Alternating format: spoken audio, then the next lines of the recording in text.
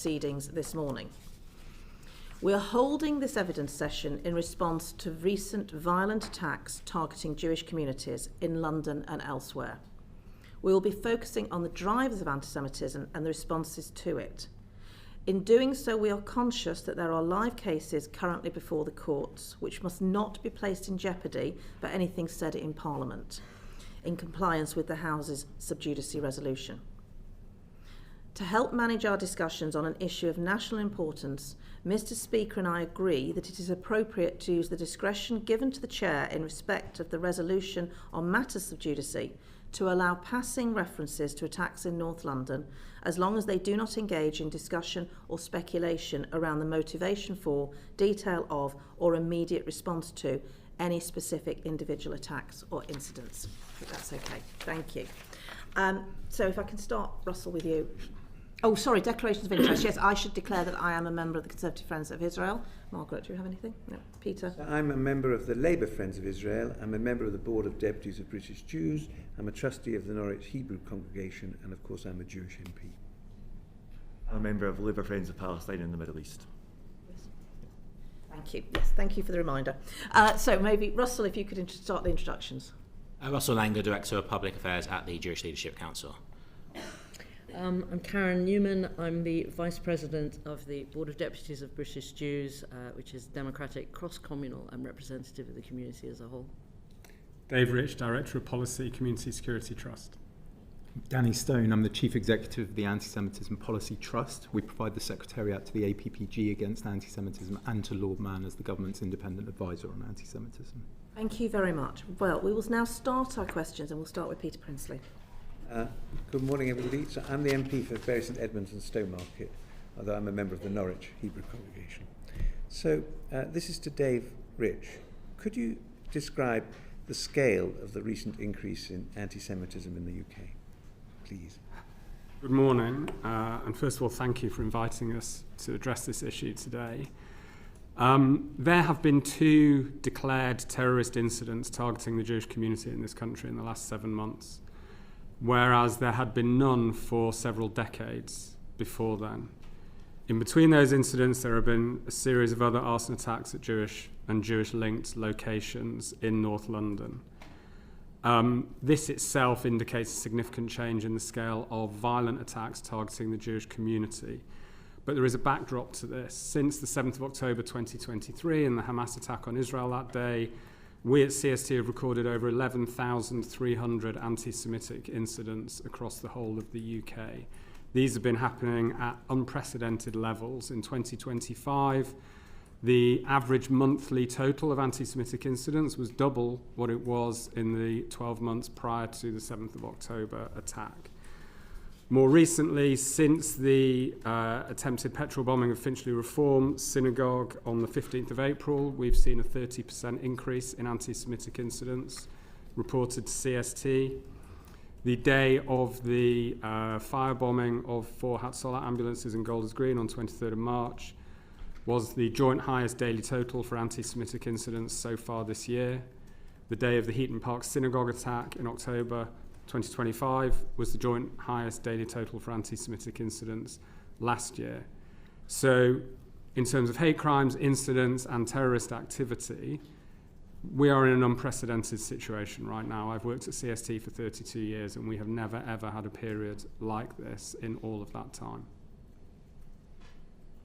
Right, that's obviously terrible. So would you say that there are a particular type of incidents which has seen the greatest increase? In terms of the breakdown of types of incidents, violent incidents thankfully remain a relatively small proportion, around 5 to 6% of the anti-Semitic incidents reported to CST. The vast bulk of incidents are verbal abuse, anti-Semitic comments, in person or online, graffiti, hate mail, that kind of thing. What has changed is not so much the breakdown in the type, but the locations and the places where these incidents happen. We are seeing many more anti-Semitic incidents reported from within schools, within workplaces, within the health service, from parts of society where anti-Semitism was marginal. And I think one of the big changes over the last 2.5 years as anti-Semitism has moved from the margins to the mainstream in many parts of society, and especially including online spaces as well. That fits with my experience of the situation, particularly in rural schools, where we've seen an astonishing increase in anti-Semitism in East Anglia. Could you talk a little bit about how the CST data is gathered and how complete you think it is? So the anti-Semitic incidents we record are reported directly to us by victims, by witnesses, their family members, also by Jewish organisations, synagogues and schools and so on, by security guards who are protecting Jewish community buildings, and also there's data sharing with police as well. So it comes from a range of sources. Every incident is reported into CST. We don't go kind of harvesting the internet for incidents. That's a separate part of our work. In terms of how complete it is, we work on the belief that a huge chunk of hate crime is not reported. There isn't much data on this, but the data that exists, the European Union Fundamental Rights Agency did a survey of anti-Semitic or Jewish experiences and perceptions of anti-Semitism. The most recent one that included the UK in 2018 showed only around 21% of incidents of anti-Semitic harassment are reported to anyone in this country. So we work hard to encourage reporting to CST and to the police. But the reality is, for a lot of Jewish people, this has become a normal part of life. And for a lot of Jewish people, the motivation to report is not there because it's something that is just becoming so common in their day-to-day experience. Yes, I actually completely agree with that. So it's moved from a situation where there were kind of remarks at the edge of a dinner party to something which is just everybody's everyday experience, I think. So just moving on, do you think the situation in the UK is different to some other countries? Is there something uniquely bad about what's going on here? It's the opposite, actually. This is a global phenomenon. So if we look at other countries with significant Jewish communities, especially in liberal democracies, so the United States, Australia, Western Europe, you see the same patterns of a huge surge in anti-Semitism after the October 7th attack. You see the same kind of spikes in relation to events in the Middle East. You even see the same language being used, the same slogans, the same catchphrases in the articulation of anti-Semitism, and the same methods. Since the 7th of October, synagogues have been firebombed on 5 different continents. And there's no other type of prejudice that quite works in a global, synchronized kind of way. Now, you'll always have local phenomena that produce local spikes. So as I said, we had a spike in anti-Semitic incidents here after the Heaton Park synagogue attack in October. But we also had a spike in incidents after the Bondi attack in Sydney. So this is a global phenomenon. Every Jewish community is facing the same challenges. So in this country, we've got the CST. Obviously, we're very lucky to have the CST. And other countries, do they have something similar? Are there lessons we can learn from other countries about how best to deal with it? Or are other countries really learning from us, would you say? We're always looking to learn. Most Jewish communities will have some type of security infrastructure. That's the sad reality of the Jewish experience over many decades, is that the terrorist threat is faced by every community everywhere. So similar kind of security exists. CST is probably the biggest, the most widely developed of all the ones across Jewish communities in the world. We're always looking to learn from each other, partly because, as I say, these threats are global. But I think where they might be learning is more in terms of how government and police are addressing these issues across different countries and different societies, because Jewish communities are broadly using the same kind of approaches. Thank you. Thank you very much. Anyone else want to add to any of that? Any of the rest of the panel? I think what I would want to just add to what Dave said is that the Jewish community, in terms of how it feels about all this, was starting from a different point. As he said, we're used to having security, going past security to go into synagogues every week, which is itself a bit bizarre. But that's been normal for us for a while now. What's new now is that people worry about being Jewish in all sorts of sectors. If they go out, did they remember to take their kippah off? Do they want to keep it on? How does that feel? And that's completely new. And that's what impacts on how safe we feel in our country. And one of the things that we feel very strongly about is that this isn't about whether or not you like the Jews. This is about what kind of Britain do you want to live in. Russell and then Danny. Sure.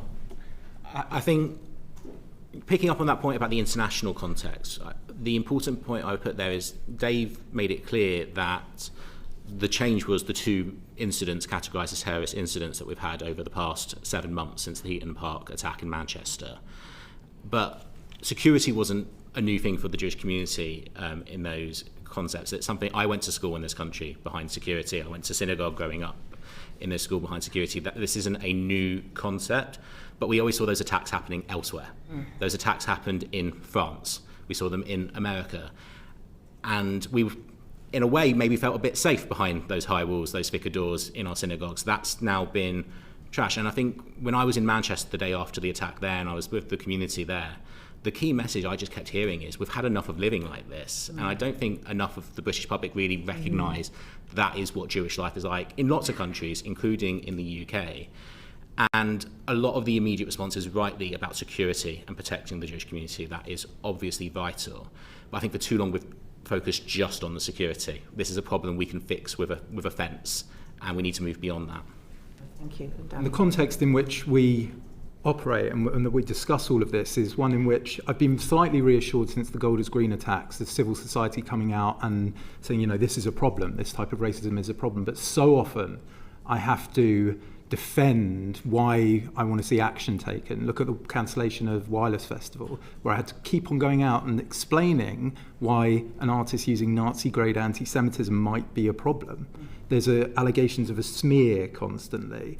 So it's not just that we kind of operate in a space in which this is racism and must be dealt with. It's actually we're having to go further and try and explain why that racism must be dealt with. Thank you. Lewis Atkinson has now got some questions on the impact on your lives, but we do refer in Parliament over and over again to living a full life, and everything you're saying is that this is a full life at best behind a high wall, and that's not acceptable. But Lewis. Yes, so my question was about how the growth of anti-Semitism is affecting Jewish people in their daily lives, and I wonder whether, in answering that, maybe you could give some examples of, you know, different elements, ages, life stages of the Jewish community, and how that's affecting maybe different groups. Karen, I don't know if you want to start. Yeah, I think exactly as you said, it affects all groups separately. And I was reflecting only recently that when I went to university, I don't even know if my parents knew which university I was applying to. I mean, I went to Sussex, so I was able to do a thesis on Shakespeare at undergraduate level, and you couldn't otherwise. But now we've got parents ringing us, ringing Dave's organisation, ringing people saying, where will my child be able to be Jewish on campus safely? And this is worrying for us for two reasons, not just from the parental perspective, but also in answering that question, we don't want to create no-go areas for Jews. We really, really don't. And that's the worry, you know, balancing safety against our core identity as British citizens. I think it affects, exactly as you said, different people, different ages. I think people, where it's particularly difficult is in the workplace. Questions on this, but we've found the creation of Jewish workers being able to get together and associate and create their own associations as being tremendously valuable, not just for them, but for management to be able to see there's a group there that they can consult on when it's the stuff that happens by the cooler that's so awful. People have been seeing images about Gaza, and they say something, and you get this kind of tsunami of junk in your head. Does this person know I'm Jewish? Probably not. Do I say, is this the moment for me to say I'm Jewish? Or they do know I'm Jewish and assume I'm completely backing the state of Israel. And there are people who harbour a great love for Israel while at the same time recognising that they're critical of some actions of some governments at some moments. And you can hold those thoughts at the same time. But the difficulty is that the communication space that we occupy at the moment is much more comfortable with yes, no, black, white, on, off. And you need 2 or 3 sentences to say, I feel passionately about this and I agree that this is wrong. But we don't have time for that level of complexity, so it's much easier to pretend you're not Jewish, and that's what's new. As a follow-up to that, I mean, I think you touched on that a little bit of this before, is how far do you feel like the levels of anti-Semitism that we've got are affecting Jewish people's ability to be openly Jewish? You know, is that something that we think is now normalised to try and mask Jewishness? Absolutely. Oh, sorry.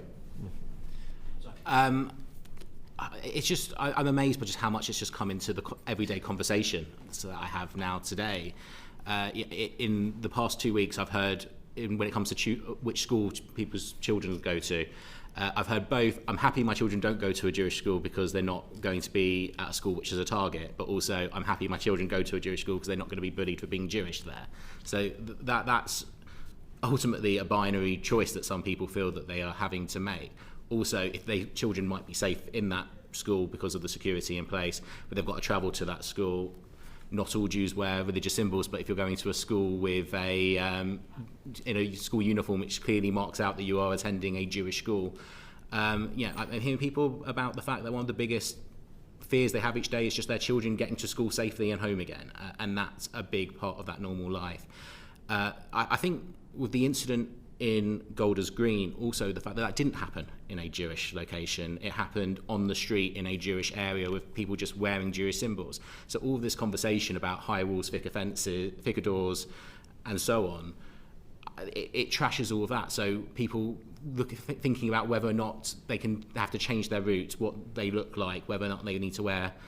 We had the rally against anti-Semitism on Sunday, and there were still people wearing baseball caps over their skull caps, which is a normal part. You'll see it when people walking to synagogue as a way of covering up their Jewish symbols. But that was at the rally against anti-Semitism. We were still seeing issues like that. And then the last sort of example I'll give is for those who don't necessarily present as Jewish, there's always that issue of, and we talk about the workplace, and we had a conversation about the workplace yesterday with the Secretary of State for Business and Trade. There's always that thing of, well, if I don't have to tell somebody I'm Jewish, why would I? And the stats all show that the vast majority of people in this country are not anti-Semitic. And statistically, if somebody knows I'm Jewish, if I get into a cab and I tell the driver I'm Jewish, the odds are there's going to be absolutely no problem. But why would I want to find out? And that's the creeping issue that is coming in. Can I ask a follow-up, I suppose, in terms of people's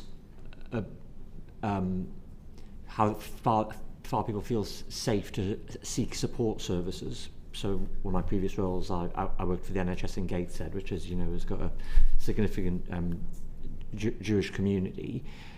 I'm very aware of the mental health impact of the level of anti-Semitism that the community must be facing. How would you say people's ability to seek support and access support is impacted by anti-Semitism, whether that be through the NHS or through other support services?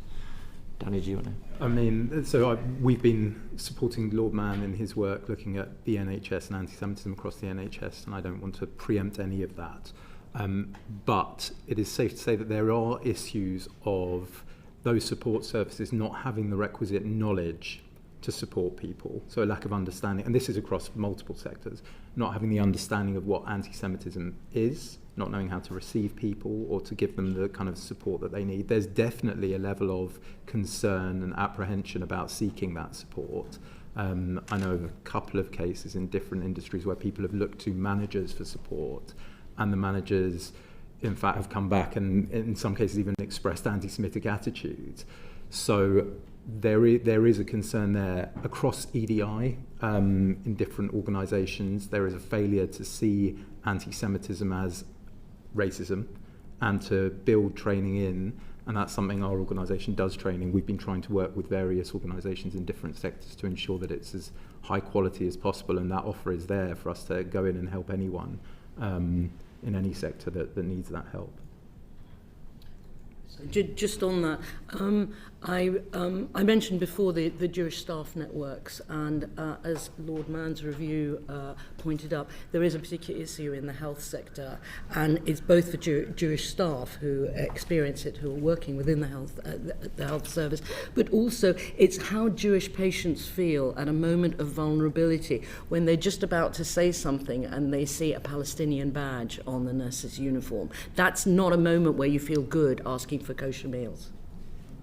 It's just much easier not to do it, but for some people that is a core indicator of their Jewish identity, whether or not they can keep kosher. So it's those sorts of things. When you say that every day, that's what the everyday looks like for some of our people right now. Thank you.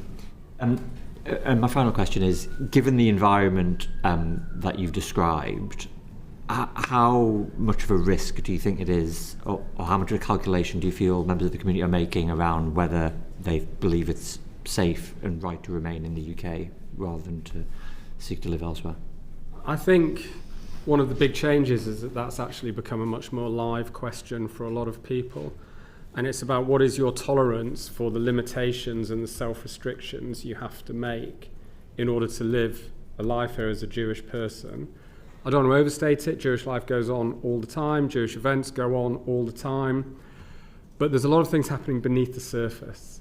I'll explain what I mean. Richard Ferrer, who's the editor of Jewish News website, he published an article this week about the regularity with which he gets emails from Jewish people, ordinary Jewish people, who will have been mentioned or named in an article years ago on his website about something completely uncontentious, asking him to delete their name or delete the article because they do not want employers to know that they are Jewish when they apply for a new job. Now, if we're in a situation in this country where ordinary Jewish people are feeling and experiencing that being known to be Jewish is a professional and social impediment, then that's not just about the status and the future of the Jewish community. That's about the health of our liberal democracy. And that's a sign that our democracy is failing and our society is falling apart because of these anti-Semitic trends, because of these pressures. So I think the extent to which Jewish people are withdrawing inwards, are making these calculations, is it physically safe to be identified as Jewish? Is it professionally safe? Jewish people will come to their own conclusions, but we should not make the mistake of thinking that is only or even primarily a Jewish problem. And if I may just to add to what Dave said, I think as an expression I've always hated all my life is what doesn't kill you makes you stronger. I don't know, I've always really hated that. But I've really seen that over the past couple of months, that while this is a really live issue, am I safe here? There's also a sense that these people are clearly trying to drive us out, clearly trying to make us feel unsafe. And we're British. I'd love to be able to tell you that my intellectual hinterland is in the 5 books of Moses and the Talmud, but my hinterland is Shakespeare and Oscar Wilde. And so the drive to drive us out, there's a very strong desire to feel safe enough to say no. We're going to look at the drives of anti-Semitism with Chris Murray, but I think you've got a follow-up question. Yeah, first. if I could just ask one follow-up question on that, because it's really powerful what you're saying. I just want to check I'm understanding. So are you saying that in terms of the growth of anti-Semitism that you've come across in the last couple of years, it's both a growth in the spread of it and also in the intensity of it? Or are you saying it's the spread that is a sort of key distinction with previously? I think it's both. It's the spread and it's the day-to-day incidents, the comments, the exclusions, the shunning. That's what's having a really big impact on day-to-day Jewish life. Yeah. But then what we've also seen in the last 7 months is what we had largely escaped until then, is the violent anti-Semitism really spilling out. Now, there had been previous terrorist plots that had been stopped by the police. There was a very, very serious plot to carry out a mass casualty attack with automatic rifles in Manchester that was planned to kill hundreds, that came to trial last year. There was Islamic State inspired. So people were already trying. But it's in the last 7 months this has started to really spill out onto our streets now. Thank you. I just wanted to clarify that. Sorry, thank you for coming in. I should have said at the beginning. I want to ask, obviously, anti-Semitism is vile and inexplicable, but I do want to ask about what the drivers of it you would perceive are. So it's, I think, most particularly to Danny, but open to the whole panel, what do you think are the drivers of anti-Semitism in the UK? Well, anti-Semitism comes from everywhere, right? Anti-Semites are responsible for it, I should say, first and foremost. At present, the online environment, for me, is the largest threat. It is a huge problem, and the way in which we're responding to it is not sufficient. So the focus has been on kind of criminal material, illegal material, which is, okay, that's important, that needs dealing with, but we need to move to a different approach to regulating social media, one like TV, radio, different civil and self-regulation, so that it's Parliament that's holding tech companies to account and is taking the lead, not foreign shareholders or governments. And I think it's a shame that in the King's speech there was no legislation on online safety. There should be regular legislation on this. To give you a sense of the kind of the drivers, we just published a report with the Institute for Strategic Dialogue, this one.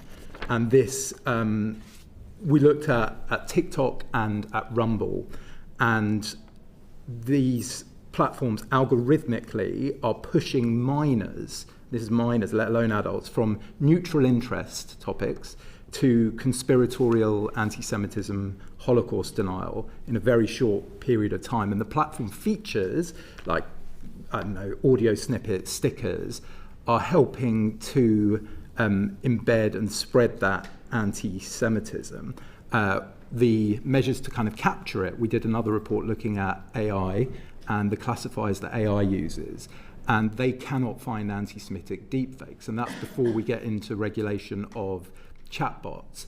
Now, governments saying to us, successive governments, this is not a kind of a specific kind of criticism of this government, successive governments, there have been problems, and governments are saying to us, well, don't hang on, kind of push MPs to put individual amendments onto different bills. Then there needs to be, a kind of more wholesome package. Well, I put in a paper to number 10 after the Heaton Park terror attack with a very long list of suggestions of things that could happen. And to the best of my knowledge, none of those have happened. The Online Safety Act network has a 10-point plan, including, an overarching duty of care on tech platforms, action on app stores. I can send in the things that I've suggested. Please, yes. But these are things that need to happen now, because algorithmically these platforms are driving people. And just to finish, we had a meeting with the tech platforms, with the tech minister in the wake of the Golders Green attacks, and talked to X specifically about, we picked, I think, 5 accounts that were routinely publishing Holocaust denial and anti-Semitism, and gave them 24 hours to take action on those accounts. Their response was to come back with, to say they'd taken action on some of the posts, but that, freedom of expression was very important. These accounts are still up. They're still routinely posting Holocaust denial and anti-Semitism. They could suspend the accounts under their terms of service and haven't done. And the tech platforms are laughing at us. Reddit and TikTok, in response to our last reports, essentially attacked our methodology. They don't understand anti-Semitism properly, and they don't capture it as it should be captured. And rather than kind of querying our methodologies, in both cases, I would expect them to work harder to address this. And I think for you, this committee has looked at anti-Semitism online repeatedly. It's worth going back to some of those inquiries, and as I say, I'll send in these materials, and challenging government ministers and the regulator to go further, because this is where it is coming from, and it is cross-pollinating left to right online and spreading harm. I think, just to be clear, and Chris will come back with further questions, but we are looking for solutions here. We're looking for things that we can put to government and to other organisations. So please, any thoughts you have, please let us have them, even if not in this meeting, if later on. Sorry, Chris. Absolutely. I'd like to open that up to the rest of the panel. In terms of the ideas that are driving this anti-Semitism, look, as Danny says, it comes from all sides. You have to have 360-degree vision to really see all the different types. The rise of conspiracy theory thinking is really important, because anti-Semitism is at heart of conspiracy theory. But the emotional driver of the worst of the anti-Semitism right now is an utterly obsessive hatred of Israel that is not criticism of government policy, it's not opposition to the actions of the Israeli military, it's hatred of an entire nation, hatred of Israeli people that then spills over into hatred of Jews. It's a demonization of the word Zionism and anyone who can be labeled as a Zionist. In the anti-Semitic incidents that we log, that we record, the most common discourse that is used is language in relation to Israel and events in the Middle East, alongside anti-Semitic language or anti-Jewish targeting, and we're very clear that we only log an incident if there is anti-Jewish targeting or language or motivation. Alongside this, we have a normalization of violent language towards anyone who's put in this category of Israel, Zionism, anyone connected to it. And that normalization is happening on our streets, and it's happening online, and it's happening in the day-to-day. At the more violent end, you have the influence of Islamist extremism, which is playing an increasingly important part in all of this. But this hatred of Israel is where Islamist extremism, far-left extremism, and far-right extremism all meet. And we see people from all those different ideological backgrounds sharing each other's content, interviewing, speaking with each other on their podcasts online and so on. There's a coming together, and this is the thing that is driving the emotion and the fury and the anger that then spills out into all the anti-Semitism. Can I just come back on that? Is it on this point? On this point. So that language is used in Parliament too. And if anything, if you are able to highlight this use of language in and around Parliament, that would be very helpful. One MP referred to the blood-soaked tentacles being the key word, of the Israeli army. That was said in the House. And so far as I'm aware, there was no comeback on that. An MP on social media talked about, in reference to Gaza, gas chambers next. There was reference to the Zionist and the power of the Zionist lobby. These are parliamentarians. That is language that is not acceptable. And Parliament has privilege, ultimate privilege, total privilege, but that privilege must be used responsibly.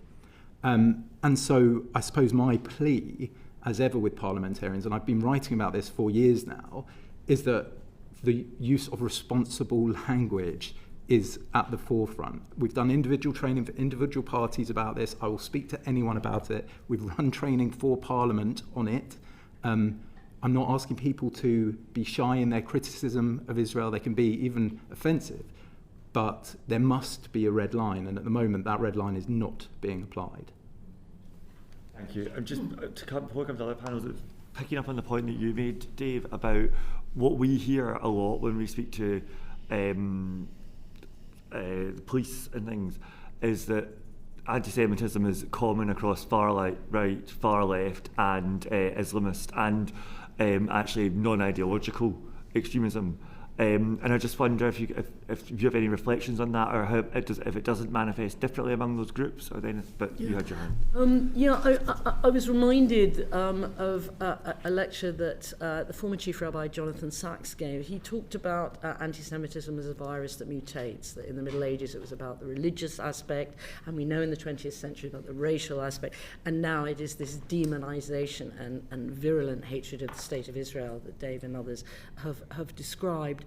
And it's denying a country's right to exist means that you're very comfortable about driving the Jewish population of that country into the sea.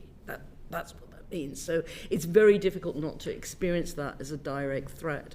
I think it is different precisely because of the issue you've just raised, that on the extreme right, there's a tendency to use anti-immigration drivers to say, well, there are good minorities and there are bad minorities, and that's not helpful for us. As I say, this is about the kind of Britain we want to live in, not are we all right and then you can demonize that lot. That's not what we want. And then, of course, on the other side, where as a badge of what a good socialist you are is your anti-Zionism, that then creates a hatred on the other side. So you've got exactly both extremes in a way that makes it very difficult to build social cohesion. But I feel that these things need to be recognised, because it's social cohesion that we really need right now. And exactly as Russell and others have said, most people in this country are not anti-Semitic. We know this.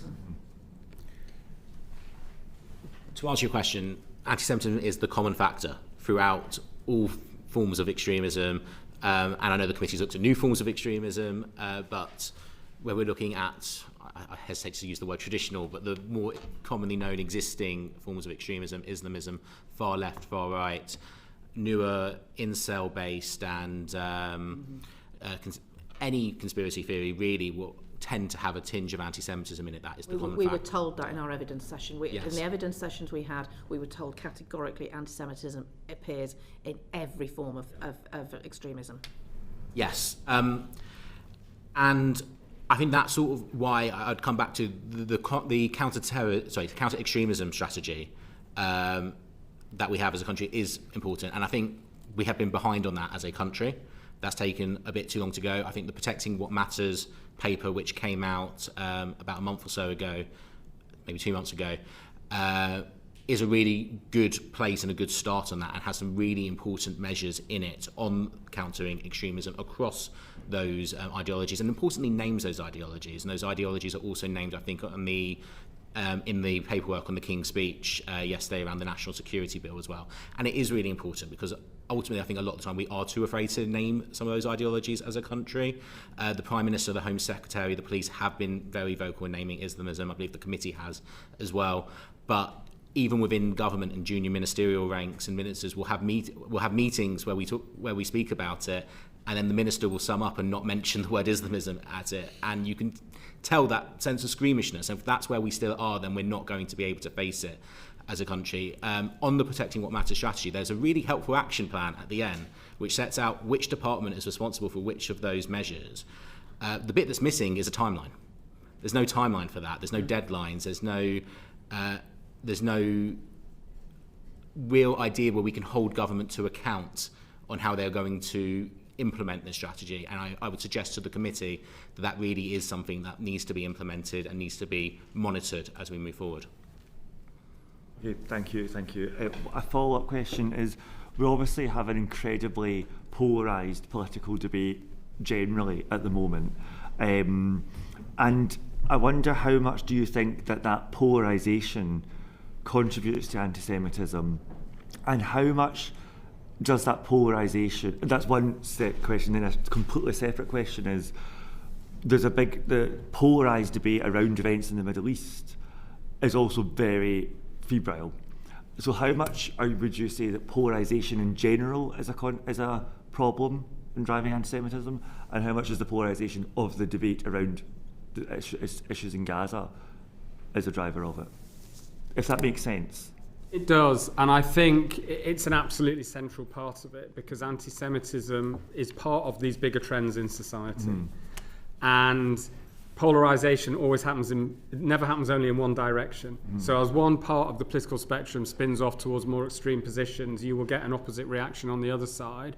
And I think we're going to see a very physical manifestation of that on the streets of central London this Saturday, with the big Gaza demonstration and the big far-right demonstration. And one way or another, they're all talking about issues where anti-Semitism and the Jewish community and diversity in general are really central and key.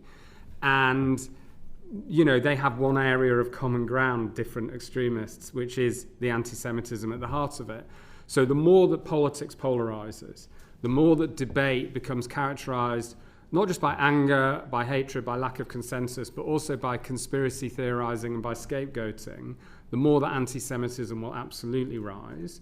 And when that is specifically on the issue of debates and differences over Israel, Palestine, the war in the Middle East, etc., obviously that is the key focus. But what we see time and time again is debates over, differences of opinion over what's happening in the Middle East very quickly become transformed into suspicion and targeting and harassment of people here on these streets. And we have found ourselves as a society, I think, to be quite bad at keeping that boundary between having our discussions about events in a conflict thousands of miles away and managing successfully the impact of how people feel about that conflict on communities here in this country. And so far, we've failed to manage that impact.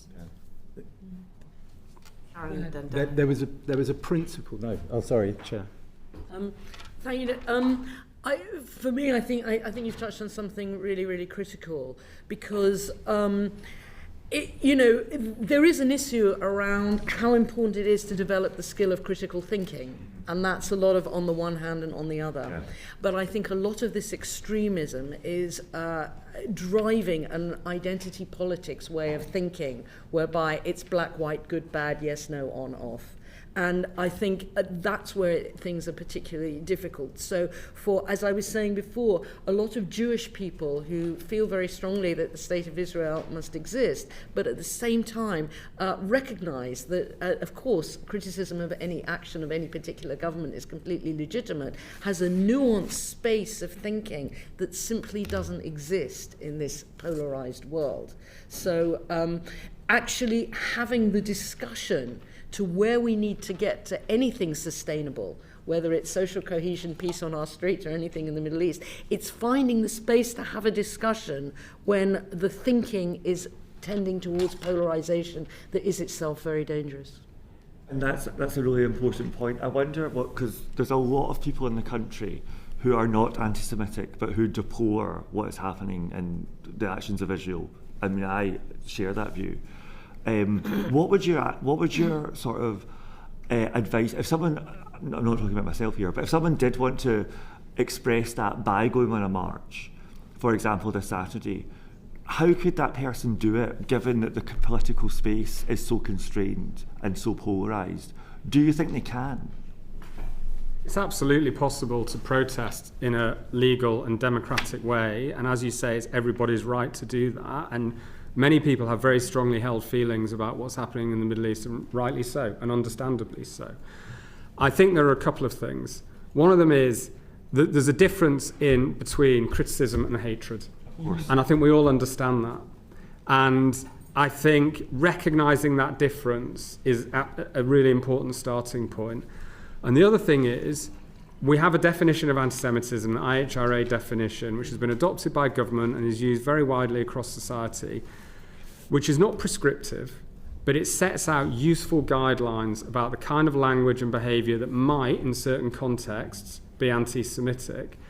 And I think that's a really useful set of guidelines and principles for people to follow. It can be very helpful in kind of setting out where this debate might cross a line and where it won't. It insists on always looking at the context. So I would recommend using that. Yeah, Danny had his hand up first, then Russell. Thanks. Just to come back on your point about polarisation, firstly, Lord Mann established a really important principle when he was chair of the All-Party Parliamentary Group Against Anti-Semitism, which is that MPs of their own party should take on the anti-Semitism within their own parties. It remains an important principle, and it built trust so that across successive governments, there was kind of faith that this wasn't a politicised effort. This was something that, we expected parties to take on. As new parties are emerging and as there are more independent MPs, councillors and others, it needs to be that the systems in place are good enough to report anti-Semitism and take action on anti-Semitism. There is a role, therefore, for the Electoral Commission, for example. And just to give you one case study that I have recently, which has been a poor experience. In June 2024, I put a complaint into the Green Party after I raised concerns about allegations of a smear and was sent a Free Palestine GIF in response. It took 6 months to get a reply, and I was told because I was not a member of the party, this complaint could not be taken forward. I put in a subject access request and was told there were as many as 5,000 documents with my name on.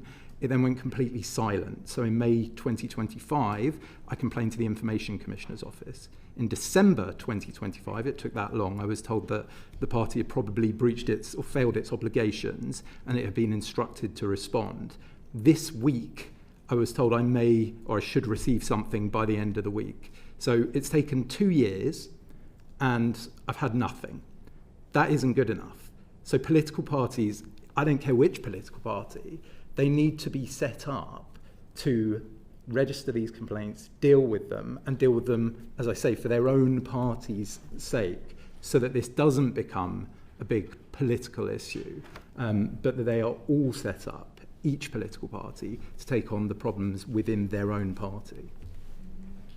I just want to pick up on your the question you asked about protests, and I think the way you phrased it is really important, because we have to be clear for people with all sorts of opinions on what is happening in the Middle East, that there is a difference between criticising the actions of a government and hatred. And unfortunately, when it comes to the protests, and this is not reflective of everybody who goes on those protests, but we have countless examples of where that has not been the case. And we can go back to the very first one that happened after October 7th, where police got the notification of that procession was going to happen at 12:50 p.m. on October 7th, 2023. I was able to go back to the timestamps of my family WhatsApp group to find out where we were at 12:50 p.m. and my family was still in the safe room of their house on the Gaza border, in a house that was on fire waiting for rescue. Thankfully they survived, but that is just the context of, is that protesting against the actions of the Israeli government, or is that hatred of a country? If we move it forward, if you're on those protests and you find yourselves next to people chanting and placards calling for intifada, so long live the intifada, victory to the intifada, globalise the intifada, intifada revolution, Zionists off our streets, death to the IDF, death to Zionists, Kaiba al-Yahud, a phrase which refers to conquering the Jewish settlement by Muslim forces in the 7th century, that's anti-Semitism. That's not a protest, that's anti-Semitism. And then there's a link between that and the violence which we are talking about. So if we talk about the attack which happened in Washington, D.C. in May last year, the suspect shouted, "There is only one solution, intifada revolution." In Manchester, Jihad al-Shami, during the attack, shouted, "This is what they get for killing our children." In the case of one of the people convicted in the thwarted plot in Manchester, they told police, "They are killing our children in Gaza, so we'll kill them here." People on those protests have a responsibility to call that out. The organisers of those protests have a responsibility to call that out. And we haven't seen it. It's been 2.5 years, and we haven't seen that. And it lets those people who hold those views down, if those are the people that they're unfortunately going to be associated with, because it's happening. Just briefly to follow on from what Russell said, I think the key distinction is a legitimate criticism of the actions of a particular government and denying a country's right to exist. When we saw in the last century what happened when that country didn't exist, and one of the things that is quite worrying for us is that, certainly in my community, we lost 2 Holocaust survivors this year, and it's quite difficult to although obviously there are issues about, if all the people know about Jews is the Holocaust, that's not really the world we want to live in either. But this hatred is part of this picture. But I think for me, the main issue is that in certain situations, an attack on Israel's right to exist is deeply anti-Semitic, and that needs to be called out. So it's more asking people to ask whether they're comfortable marching alongside anti-Semites. Because they will be in a lot of these incidents, and it comes back to the kind of Britain we want to live in. I mean, I was quite confused last week in the local elections about how importing the Gaza conflict into the streets of Haringey would get you better libraries, get you better social services, deal with your housing. I think we need to be much stronger on what importing foreign conflict means for the streets in our country. Okay, thank you for those answers. We've talked about how politics and the political debate affects and drives anti-Semitism. I'd like to now look at other drivers. Obviously, anti-Semitism can be found in all types of communities, as we've just been exploring. It is universal to ideology and political plays on the political spectrum. But I wonder, how significant an issue do you think it is, the level of anti-Semitism in Muslim communities, and what impact does that have overall in the UK? There is opinion polling on this. There have been several opinion polls both in this country and in other countries in Western Europe that consistently show that hostility towards Jewish people and belief in anti-Semitic stereotypes is significantly higher within Muslim communities compared to the wider population. In this country, roughly 2 to 4 times as common. Now, obviously, that is not the whole Muslim community, and in many cases not a majority. And the other thing to remember is, because of the relative sizes of the community, most people with anti-Semitic views in this country are not Muslims, right? But it's definitely more prevalent, more common, and more normalised within Muslim communities than in wider society. And that is reflected in some of the anti-Semitic incident data. It's reflected in the more violent end of the attacks that are recorded, which broadly speaking mostly come from Islamist extremists, not exclusively, but mostly. And it's also, when we look within the protests, for example, and the protests are kind of quite diverse movements, and you get all sorts of different people going, the more extreme elements within those protests tend to be from an Islamist extremist kind of perspective, ideologically, in terms of the language used, the slogans, the iconography, and so on. So it's a really, really important part of the picture of anti-Semitism today.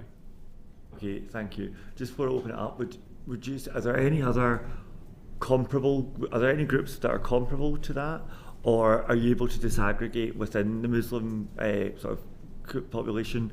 For example, it could be anything. Is it in London versus Scotland, or from type of Islam or level of generational integration? Or are there any sort of other indicators you would disaggregate? And I'll open up to the wider panel. So anti-Semitism is more common amongst younger Muslims, but it's also more common amongst younger people of any background, which is a deeper problem in this country, whereas younger people are less racist in almost every other way, more likely to believe anti-Semitic ideas about Jews. So one of the biggest polls done on this was about 8-9 years ago now, so it might be a little bit out of date, but it found that British Muslims anti-Semitic attitudes were as common amongst British Muslims as they were amongst people who self-described as very right-wing politically. So that's your sort of comparable group, and that's quite a disturbing finding. Would anyone else like to comment on? Just very briefly, I know from the work that we do in the board that there is huge diversity within our community. So I would just say that it's really important that while it is critically important to name Muslim extremism, because if we don't name it, we can't identify some of the ways to address it. It must be done within a context that does not demonize the community, because when you do that, you drive people within the community towards extremism. Also, the context in which I referenced before in terms of anti-Semitism, so too there is a context for the Muslim community, in that the Muslim Brotherhood, which has been discussed here in policy circles for some time now, seeks to influence that community. And there are different ways in which it seeks to do it, either kind of directly through so-called Trojan horses. And I'll send the committee our briefing on this with recommendations of what we think could be done. But certainly in other countries, the organisation is prescribed, and it may be that elements of it could be prescribed. But there is definitely some thinking that needs to be going on about the operations of that group and how it is influencing events in the UK. Thank you. And I want to now turn to another driver of anti-Semitism, and what's your view on the influence of foreign states fomenting anti-Semitism in the UK? It's definitely a presence, and without discussing recent cases, it appears to be a factor. But even without that, the single most anti-Semitic media in this country is a show called Palestine Declassified on Press TV, which is an Iranian state broadcaster, that is fronted by Chris Williamson, a former MP, and David Miller, a former professor of sociology at Bristol University.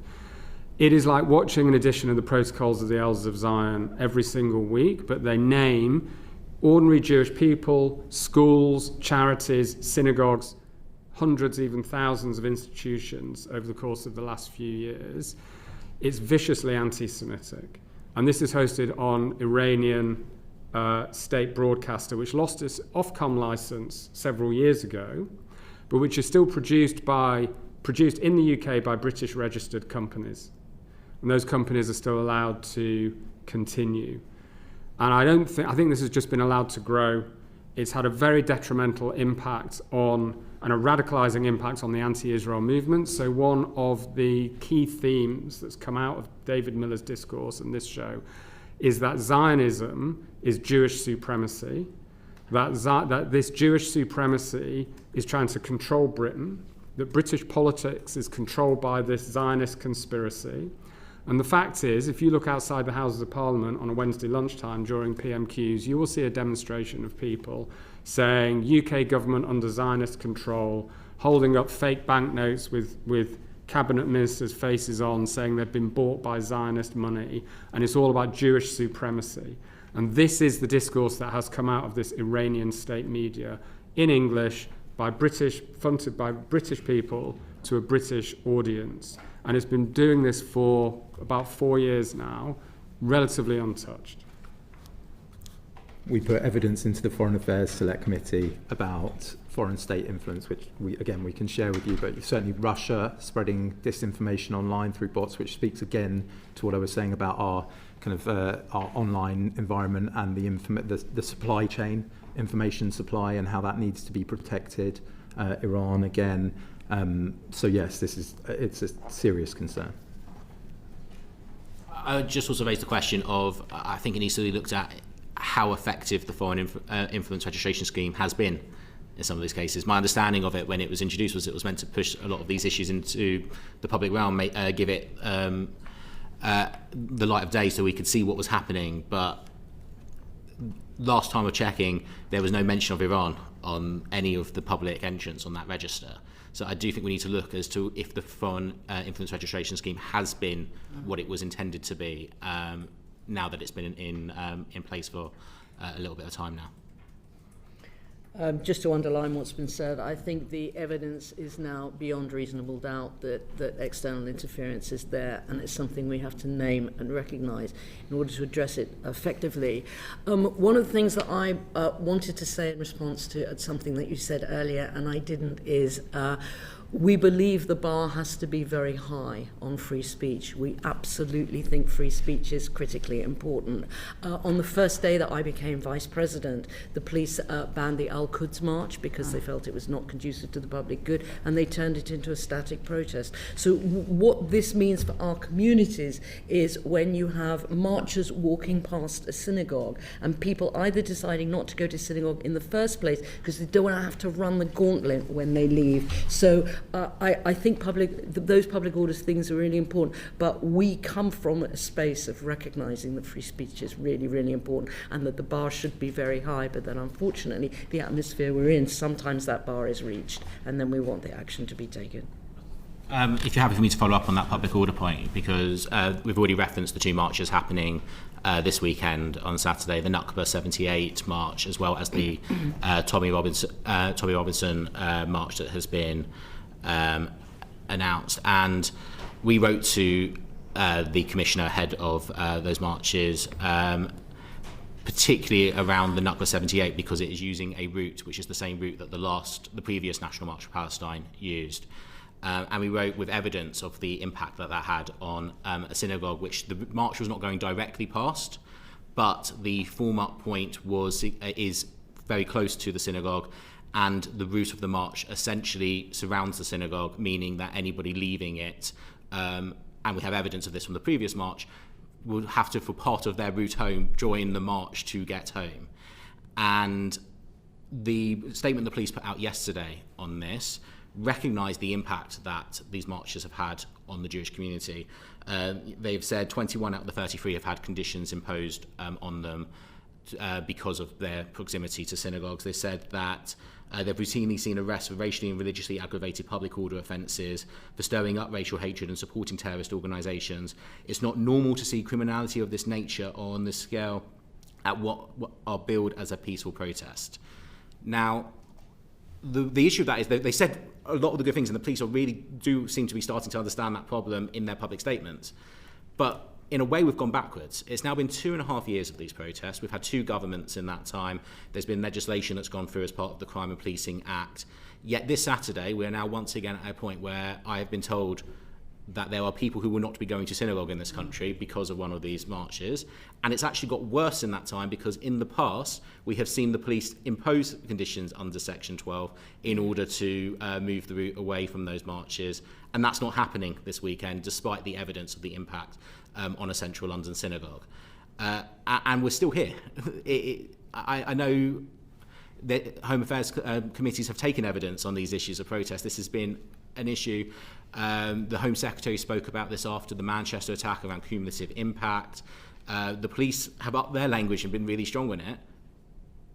And the government might point to new legislation that's coming through and will be coming into effect. But under existing legislation, we have seen them use these powers, and they are not using it on Saturday. And I don't quite understand, given everything we've heard over the past few weeks, how we've ended up in that position.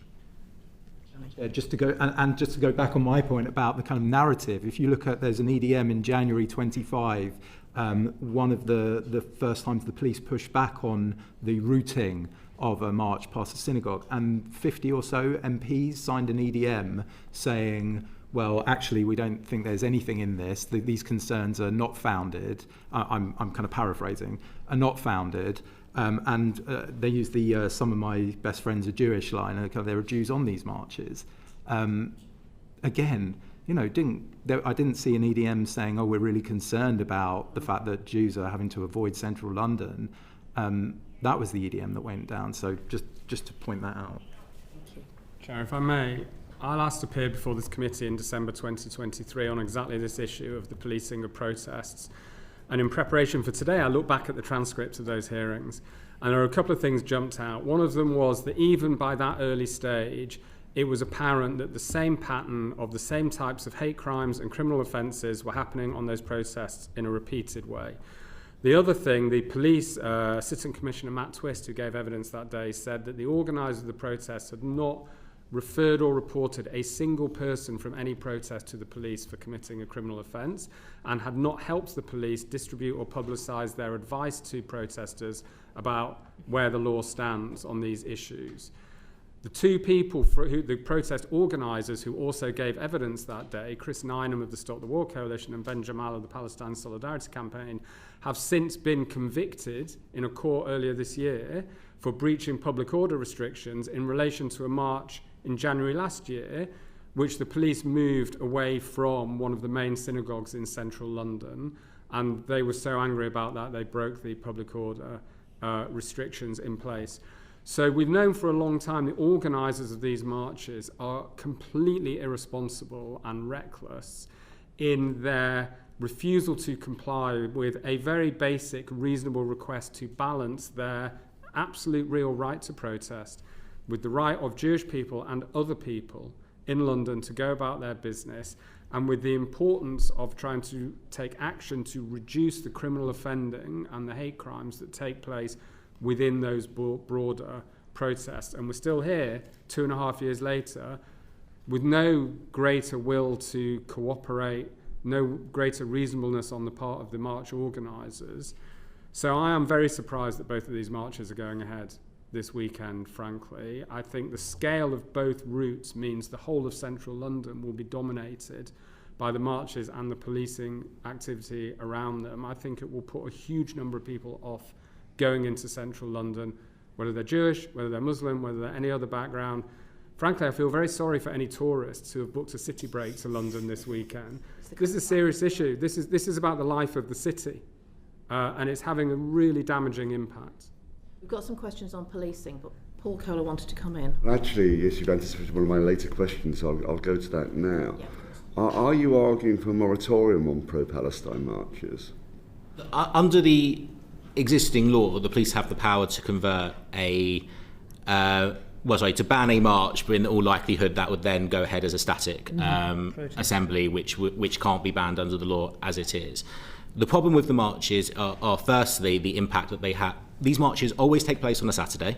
They always take place around the time that Jews are leaving synagogues, and we have evidence that has led to people not attending synagogues, which, yes, we have the right to protest in this country, but that must also be balanced with the right of people to be able to practice their religion freely. But the police have shown through their actions on the Al-Quds Day rally, and also their actions using Section 12 powers in moving and placing conditions on moving protests, that there are ways that you can use those powers.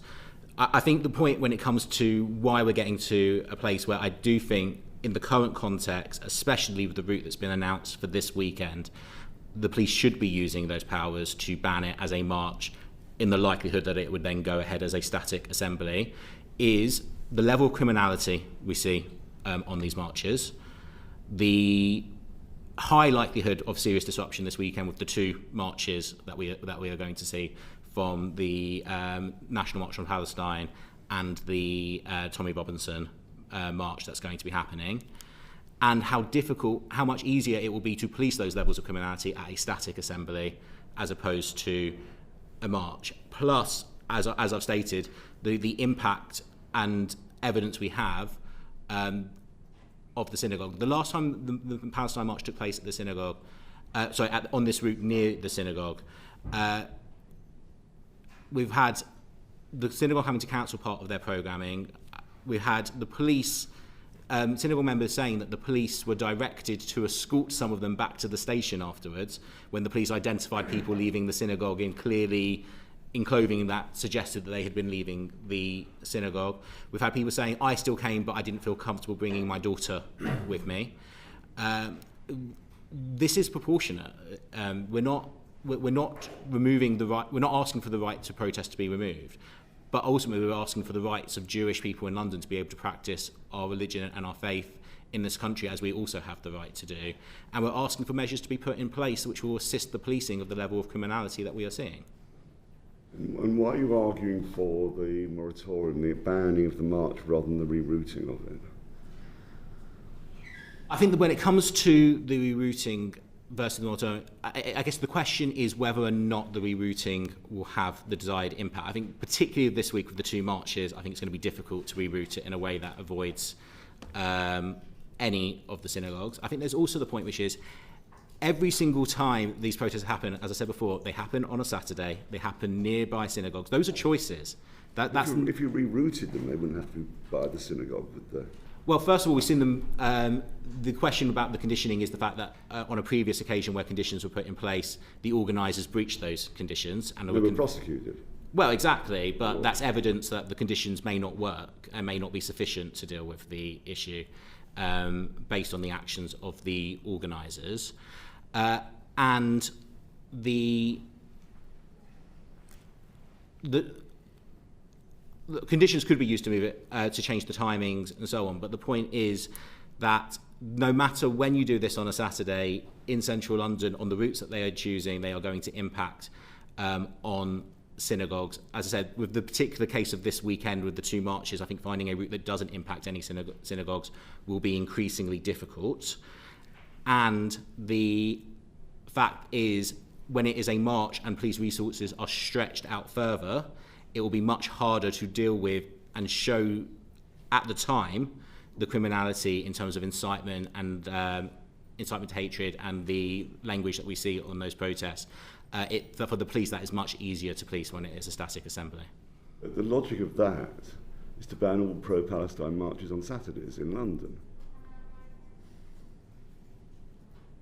Firstly, I think there's a question as to why each time it is always scheduled at 12 o'clock on a Saturday nearby synagogues. Like, those are not always, but as I said, I think in 21 of the 33 cases, the police have said that they have imposed conditions around that. When it has been rerouted, or when synagogues have been in touch with the police to attempt to get it rerouted, there have been incredible pushback from the organisers towards those synagogues. In one case, a march which still went past the synagogue stopped for 8 minutes outside, with the chanting then held by the people still inside as it stopped outside the synagogue. when they are moved away, the pushback towards the police and towards those synagogues means, and towards those involved, just shows. I will turn the question back. Why, for the organisers, has it turned into such an important point that these go past synagogues? Why do they not work with the police to move it away? They've shown a complete disregard for this issue. No, I see that completely, but this is why I'm not clear why you're arguing for a ban rather than a rerouting and that actually being properly policed. And surely it'll be hugely counterproductive if the Jewish community is seen to say banning these marches. And that's what you seem to be saying, and that worries me, because that's surely counterproductive. And Ms. Newman's, your line about free speech, how important that is, and how we must maximise that. If you're seen to be arguing to completely ban marches on a Saturday in London, that surely goes too far and will be counterproductive. I'm not sure that not sure the ban is the same as a static protest. Exactly. A static protest is still a really, really significant opportunity for people to say what they want to say. You're still saying your argument should be no marches on a Saturday in London which are pro-Palestine. Is that not? There should be no marches on a Saturday in London which go either directly past synagogues or directly impact on the ability for Jews to attend synagogue. Yes, I'm very comfortable in saying that. And that rerouting would achieve that? It's possible. Unfortunately, we saw this weekend the police haven't done that. So there has to be questions to the Commissioner of the Metropolitan Police and others as to why that hasn't happened this weekend. And if it is not possible to find a route, and I suggest particularly this weekend that is going to be incredibly difficult, then I don't think it is a restriction on freedom of speech to say ban it as a march, and then using Section 14 powers, condition it as a static assembly in a way where it will not have that impact. I think that's incredibly reasonable and protects the freedom of right to protest. Rerouting is a possibility if the police use their powers. Otherwise, it sounds like you're just saying you can't march. It's been used. There's a difference between accepting rerouting as a concept while recognising that it's difficult to work with the march organisers to do that because they want to go to past synagogues. Yeah, and then there are criminal sanctions for that. I think they can be prosecuted. And your example was they had been prosecuted. If I may, it's a bigger issue than just the immediate direct impact on this synagogue or that Jewish person who happens to cross the path. We are in a particular moment right now where anti-Jewish violence is at a level it has not been for decades, where the terrorist threat has been elevated, where the amount of policing and protective security that police and the Home Office feel is required for Jewish community is vastly increased. And racist violence, political violence, does not emerge from nowhere, right? It is generated by, it is an expression of a much bigger hinterland of attitudes and ideas in which particular groups become demonized and dehumanized, and violence against them becomes normalized to the point where it's considered possible, and then it becomes possible. Now, these marches, of course, most of the people on the marches do not commit any crimes. Many of the people on the marches do not have any anti-Semitism or anything. But the marches as a whole have become a permissive environment in which anti-Semitism and extremist incitement are normalised. We have seen people chanting death to the IDF from the stage at these marches. We have seen people calling for resistance by any means necessary in huge banners on these marches. So in the current situation, I think it is reasonable that the balance between the rights of demonstrators to have their freedom of assembly and freedom of speech and the rights of Jewish people to expect that protection from the state, I think that balance shifts a bit. That doesn't mean it shifts permanently. Right? But I think right now, in the moment we're in, it is not unreasonable as a way of just trying to dial down the temperature that these marches don't carry on as they were before for now. And why do you think that rerouting, the organisers will ignore that, but banning the march, the organisers won't ignore that? Why do you think the legal sanctions work with regard to making it static, but not with rerouting? Because, look, the incitement element that danger applies wherever the march is, right? And the organisers do not help with it, and the police do what they can. Once a march is taking place, it is very difficult for them to go in and arrest people who are committing offences in that marches. If you've ever seen videos, footage of them trying to do it, it will take 20, 25 officers to arrest one person. Why? Because it takes 4 or 5 of them to arrest the individual, and the rest have to do crowd control, because as soon as they try and arrest someone for committing a racist offence, huge crowds will gather round and try and save that person and stop the arrest. Rather than fellow marchers telling the people committing the offence, we don't want you here, go away, which never really happens as far as we can tell. So that is always in play. Now, yes, that will be in play whether it's a static assembly or a march, but I think the impact will be reduced. And I think the message it sends that these are events where extremist incitement happens, where it's normalised, that the organisers are at best complacent and reckless over that, and at worst complicit, and therefore it requires treating in a different way from all the other marches that go around the city all the time. I think that's an important message. We need to move on if that's all right. Do you go very quickly? I want to go on to interfaith work, actually. I just wanted to ask a question about interfaith work. The member for Bradford West yesterday, in her humble address, gave a wonderful example of the Muslim and Jewish community working together in Bradford, where the Muslim community had paid for the re-roofing of a synagogue. So we know that work exists. It's enough being done for interfaith work. I understand that the Interfaith Network, which was described in Parliament as Britain's main forum for Jewish-Muslim dialogue, the funding to that was withdrawn 2 years ago. Are we doing enough to promote interfaith work between particularly Muslim and Jewish communities? I think these initiatives are really, really important. The defunding was not helpful. We need to encourage these initiatives. I think at local level, where relationships have built up, I mean, my synagogue has a relationship with the mosque down the road in St John's Wood, and that works. What's been really heartbreaking to see over the past few months is synagogues have organised iftars, and people have come into the synagogue for those occasions, and they cancelled them this year. It was just too difficult to do it. We have a history of inviting local Muslims into our Seder services for Passover. This year, they just didn't feel that was something they wanted to be seen to be doing within their own communities. So the work is difficult now, but yes, I would argue that its very difficulty speaks to its significance and its importance, and it needs greater funding and it needs greater emphasis. Partly because we don't want to see good minorities and bad minorities, and this is how we build the social cohesion that we need.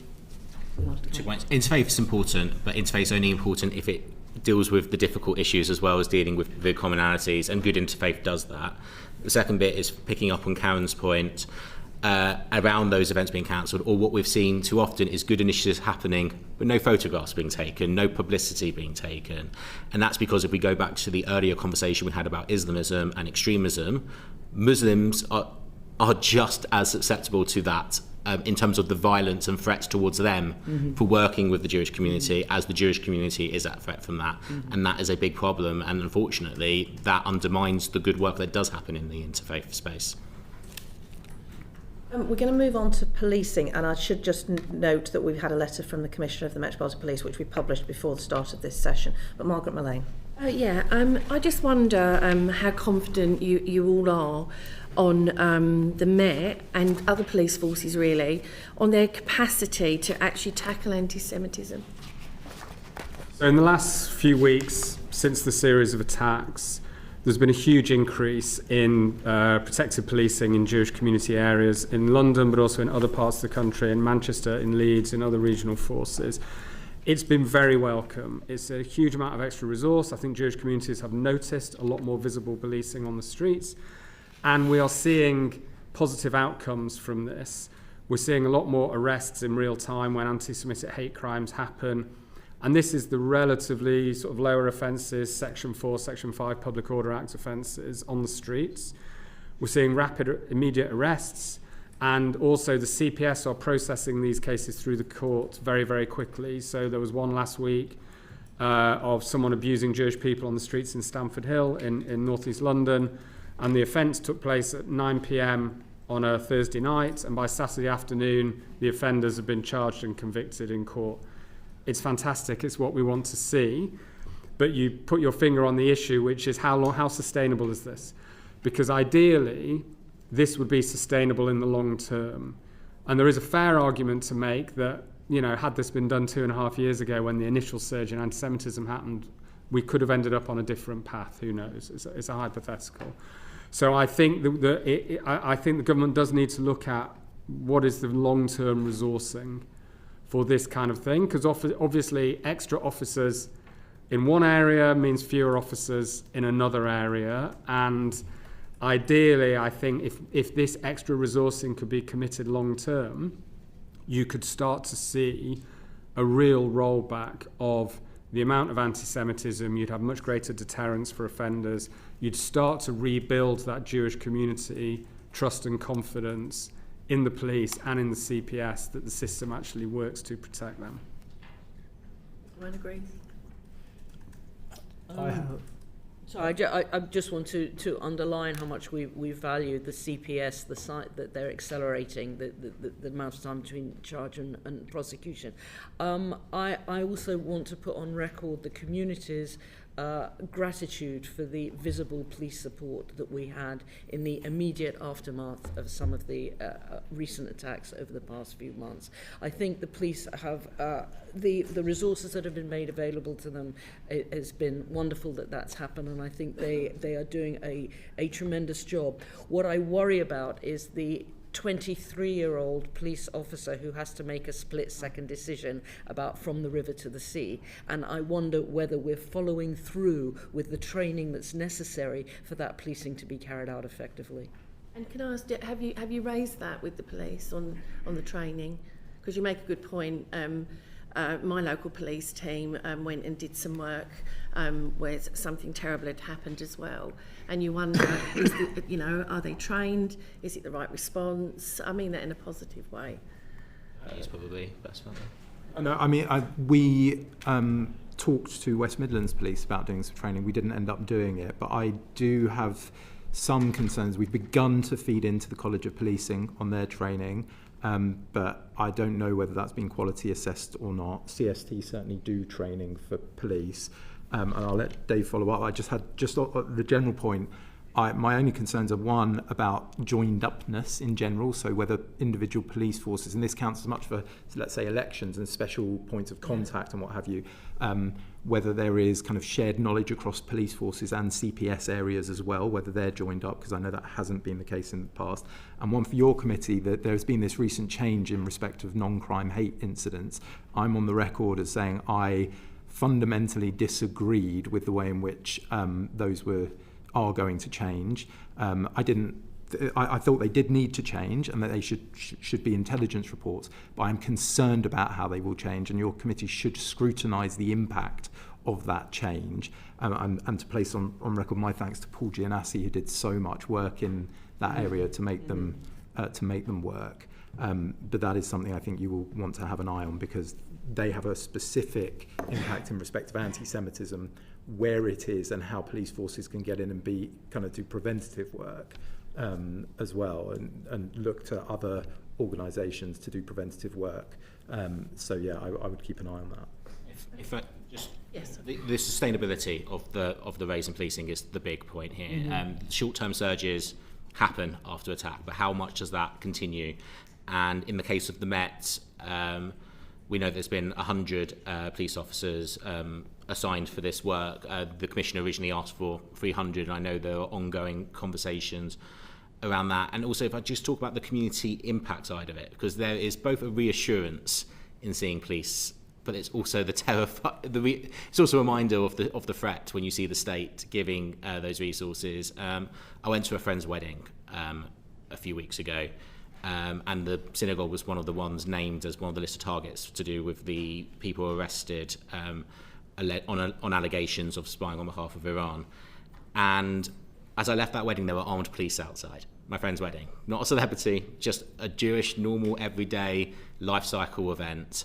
And that's reassuring that the state sees that threat, but also terrifying. And the point I'll just make in terms of that training and knowledge factor is that reassurance of seeing a policeman in a high-vis is there, but also as someone who volunteers and does security outside synagogues, it's also really important that they know why they're there. That they have that understanding of they've not just been asked to stand outside this building with not really having an understanding as to why they need to stand outside a place of worship. But it's really important that they have an understanding of actually there is a reason why this resource is there. And lastly, if I can just make the point I said at the beginning around the need to move from protection to the other things, I think this is bad value for money from the state. We're spending a fortune with police and security, the protective security grant that CSD administer. That is taxpayers' money. It's our money that's going into protecting the Jewish community. And that's not fixing the problem, that's treating the symptom of the problem. And we need to fix those problems in order to really get a handle on that. Could I ask Dave Rich if you think the 10 million additional funding, as you've been able to effectively use that, and is it enough?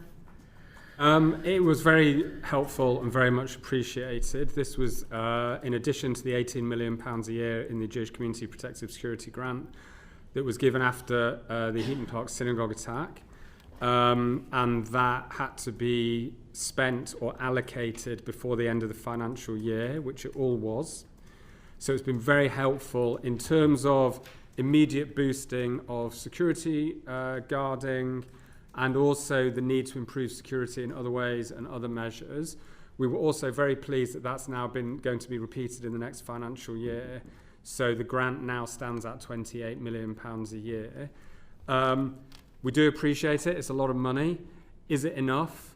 The honest answer is no. It provides for a contribution towards security costs at around between 500 and 550 Jewish community sites and buildings around the country, but it's not enough to cover every guarding hour that is required at every synagogue. Now, we are we're very careful to ensure that the money is spent as efficiently as possible, that it is done according to need, that the guarding is of sufficient quality. We have, regular daily engagement with the Home Office, who are fantastic in the management of the grant and extremely helpful. I have to say that really, really makes a huge difference. But ultimately, there are a lot of synagogues and schools and other Jewish buildings around the country where the members or the parents have to top up the security costs themselves, because the amount of money from government, as large as it is, it can't cover everything. Okay, and I suppose this is a difficult question, but what conditions do you see that this level of security going down, being reduced? I'm assuming world peace is not in the gift of the committee. Not got there yet. Look, I think there's two things here.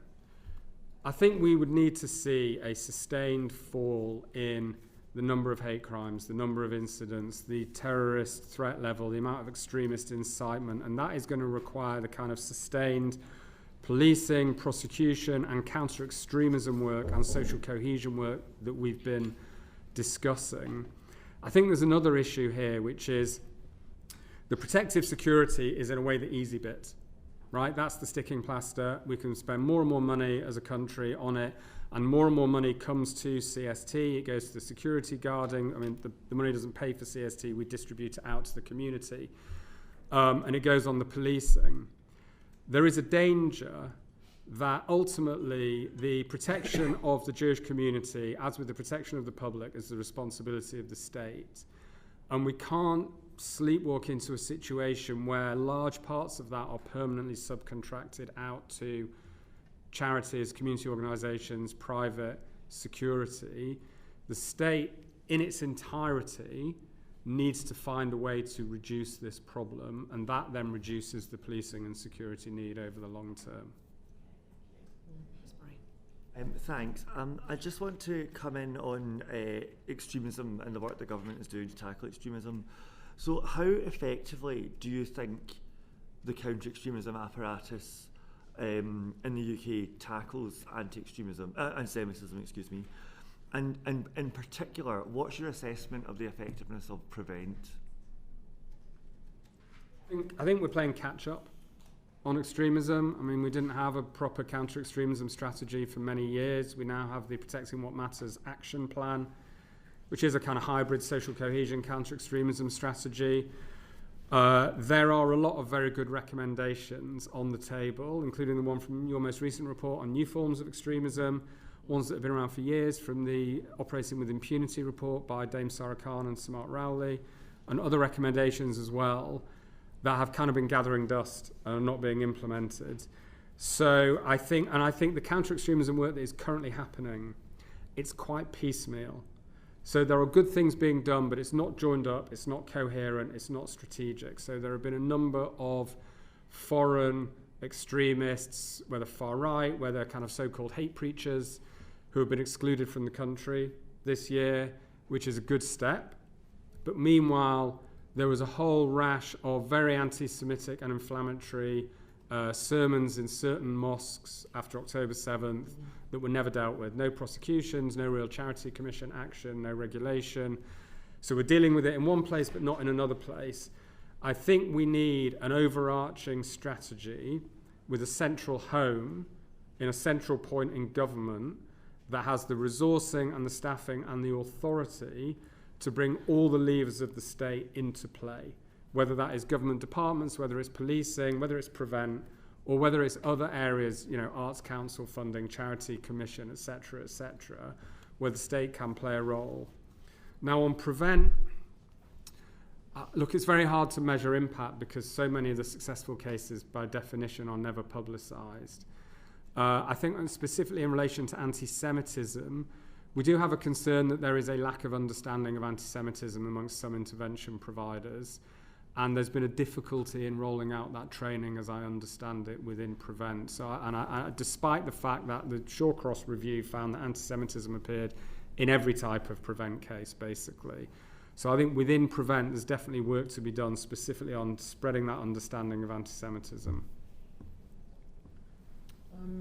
Just obviously Dave has the data, but just to add to what he said, I want to underline issues around consistency across government departments, and also consistency in policing across Britain. One of the things I wanted to say, we've had great things in London and Manchester, but for some Jewish people who live in more rural communities or communities outside that, we're not seeing that consistency and that level of awareness. It's a problem. I also wanted to thank this committee for what you did for the West Midlands policing. That was a really important report, and your findings were really significant. I think with regard to Prevent, it's a lot of what we said before. It's having the courage to name extremism, where it's come from, sermons that are out of order, while at the same time not demonising the Muslim community. So, we've been speaking about anti-Semitism for a while now, and when I was at the Downing Street Summit last week, I think it sort of hit me. We're here speaking about everything from schoolyard bullying to hostile state actors. That is the scale of what we are talking about here.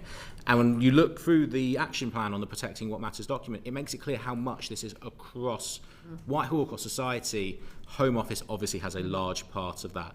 But DCMS, the fund, I think really that cross-government, cross-society part, it is no good paying for security guards and policing outside a synagogue if at the same time we are giving funding to artists or festivals propagating anti-Semitic hate. And that's what's been happening, and that is why, or charities which have had issues and have not adequately been dealt with because the Charity Commission either haven't been able to deal with it or do not have enough powers to deal with it. These are the issues, and I would bring it back. There's lots of really good measures in that Protecting What Matters paper, but the government now needs to get on and do them, and I would really press for some deadlines and timelines to be set out on that. Going back to what I said about online safety and needing a strategy, Parliament is going to need to work through the legal but harmful content online, right? It's all very well having illegal material taken down within 24 hours or whatever. That is contributes to, but is not only what is radicalising people towards extremist positions. It is legal but harmful content. Now, that was taken out by the Conservative administration for lots of different reasons, legitimate reasons that were presented, kind of considerations in the Lords from legal professionals and others. The Labour administration said it would put it back in, and it hasn't. That is an issue that we're not going to get round, right? We have to accept that online there are those radicalising narratives, including anti-Semitism, which is probably if not one of the key ones. So how are we going to address that? Perhaps it's about it not being amplified or given the prominence that it has at the moment. That may be one solution. But Parliament is going to need to get to grips with that, because it keeps on dodging the question, frankly. And that's where the extremism is going to come from, and what needs to be addressed. Make just one point also on the different arms of the state in this. Part of the recommendations is around to publish an annual state of extremism report. And I think a big part of that needs to be naming the extremist actors and organisations in this country. And the important part of that is it's no good just central government doing that on a national level, but then that needs to be fed into individual police forces and who they're engaging with. That needs to be fed into local authorities and who they're engaging with, Quengos as well, because too often you might see, the government don't work with this organisation because of extremism concerns, but then an NHS trust still does. Yes, yeah. And that's a big issue as well. I want to bring this to a close because I've realised we've imposed on your time quite significantly, but it's been incredibly interesting. But I wonder if there are, just to close, in terms of government action, where are there legislative opportunities? I mean, the harmful but not illegal stuff was very difficult to define, as I recall, and it was in the bill and then it got removed in the Lords because it was just finding it very, very difficult to get a definition right, and that is one of the problems often when you're trying to legislate for this. Charity Commission has been mentioned as well. Do we need to beef up powers of the Charity Commission? What can we do what can government do? What can we recommend to government they can do to call out anti-Semitism when it's seen across the public sector, across leadership positions? Any thoughts you have? Start with you, Russell. I'll kick off. The first one is the state threats legislation announced in the King's Speech yesterday. It's now been a year since the then Home Secretary accepted that as a recommendation from Jonathan Hall. I'm glad it was in the King's Speech, but we now need to see that moved on. That's a gap in our legislation that has been identified, and it hasn't been plugged yet. So that needs to be, that's urgency. McDonald review will be reporting soon, and it's very likely that there might be some legislative recommendations from there. And also, I've spoken about the impact of public order and the need to move on that. So that needs to be, if there are legislative recommendations, which I expect there will be, that really does need to be pushed through. And then the charity one as well, which I didn't see in the King's Speech. I don't know if that's because they believe they can do it through secondary legislation, but either way, those powers to the Charity Commission to be able to shut down charities with these issues, which they don't currently have, and to be able to bar trustees where that's needed, that really needs to, those changes to the law need to happen either through primary or secondary, depending on what's needed. Online legislation, I mean, as I say, it should have been in the King's Speech, an AI bill. We should have seen an overarching duty of care on tech companies having to mitigate the risks that they uncover as part of their risk assessment processes. There are a package of measures and amendments to the Online Safety Act that have been proposed to government through the Online Safety Act network. And again, I will send those through to the committee, but those certainly should be brought forward.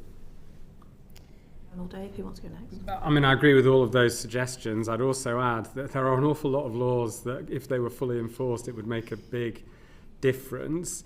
One thing that is worth looking at, and we'll see what comes out in the McDonald review, is the law against stirring up racial and religious hatred, and whether that needs to be simplified along the lines set out in the Operating with Impunity report. Yeah, well, firstly, just to thank you for these hearings. It's been great to have this opportunity to speak with you. I would say that there's an independent inquiry into anti-Semitism in schools and colleges, that anything that comes out of that, it would be really good to see legislation on that.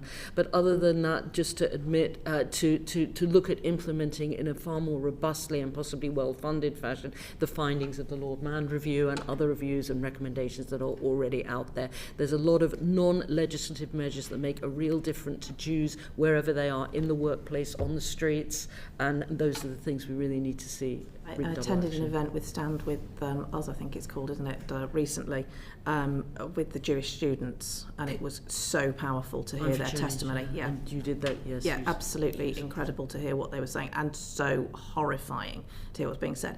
We are going to go on to the independent advisor, Lord Mann. Is there anything more that government should be doing in terms of his role that you think that they're not doing at the moment? I'm putting you on the spot as you sat there. We provide the secretariat to Lord Mann, and it's an unpaid role. We get funding to staff that office, and the value for money is, I mean, John does an incredible amount. You don't have to say it just because... No, it's genuine. It has been very difficult for us that his role was not confirmed for an entire parliament or for a set number of years. That there's been messing around, frankly, with his role, and it's not fair, and it makes it difficult for us in terms of employing people who need certainty with their roles. So that's something that certainly could be better. Thank you very much. Karen. Sorry, just lastly, before the rally we had on Sunday, we had a letter about civil society support for stamping out anti-Semitism. There are certain things that we would say, and it's Mandy Rice-Davies, we would say that, wouldn't we? For me, it's what you can do to generate the whole society response that the Prime Minister spoke about that is so tremendously valuable for us, because it is about the kind of Britain we want to live in, and that's the kind of thing that makes that clear. And I think it's worth just pointing out that the Commissioner of the Met, in his final sentence, says the Met will act decisively, and unless anti-Semitism is confronted consistently across society, we will remain trapped, reacting to harm rather than preventing it. That's in the letter that we've published today. I think it sums it up very well. I thank the panel for your time. We are moving now to the independent advisor, Lord Mann, but we'll have a very short break while the panel changes over and comfort breaks are required. Order.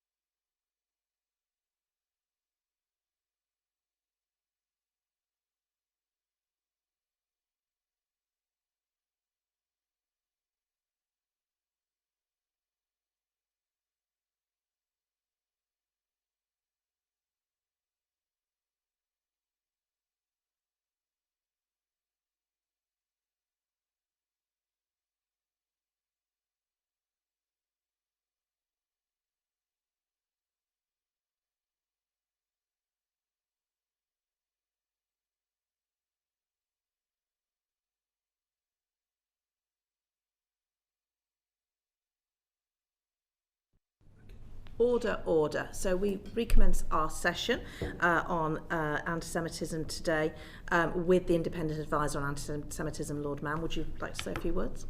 I should thank you for this opportunity. I should also declare I'm married to a member of your committee, and in this hearing, depends what you ask, that might impinge on answers, depends what you're asking about. You've been very clear that you obviously I live with her. She's been very clear that doesn't impact on her work. She's made that clear to all of us. But we're going to start our questions with Paul Kohler. I'm surprised by that, but okay. Can I quiz you about something that came up earlier? Do you share my concerns that if the Jewish community seem to be arguing for the banning of marches, that will be counterproductive? Yes. You can't stop protest. You can organise protest. I was one of the organisers of the ANC-linked, backed anti-apartheid demonstrations. I was one of the people who went, small, tiny number of us who negotiated routes with the police. So I'm aware of the options, the way the police have dealt with it historically. I think if you ban a protest, then the protest will find a way of going somewhere else. And I'm loath to give examples. I have done privately, including in discussions with the police and with ministers, of how that might work. So that might give people ideas. But if I was if police had said to us, you're not having an anti-apartheid protest, on behalf of Nelson Mandela, etc., it would have been very easy to come up with ways in which we would have circumvented that. Very, very easy. And so I think you shift the problem.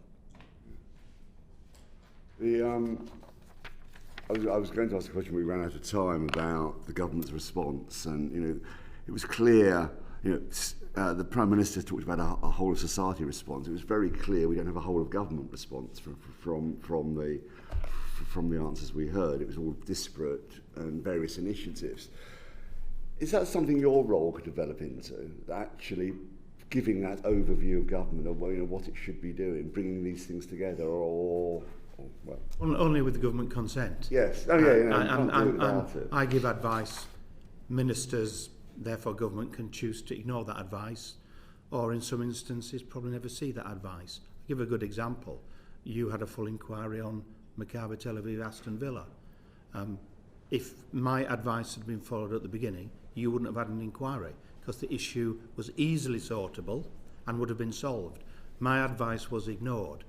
The interesting question for me is, how much was that ignored by ministers? How much did ministers get to see it? And why was it being blocked? And I have just sent out my July 2024 for whichever government came into power report. So this was whoever is, because I'm independent of government, obviously, as you know by my title. So this was for whoever was there. Prepared, went straight out to recommendations for 9 government departments. I've recirculated that in the light of the stabbings. I've had a response from the Prime Minister, a good response. I've had a response from the Attorney General. There's a number of government departments who haven't yet responded. I'm interested to find out over time, is that because the Minister has instructed them not to respond, or as I've sometimes found, the Minister hasn't actually been shown it? And that is a problem inside government. And so, how an independent role, an advisory role, is seen by the people around ministers is certainly an issue. And that's not an issue for this government, that's an issue across government and across governments.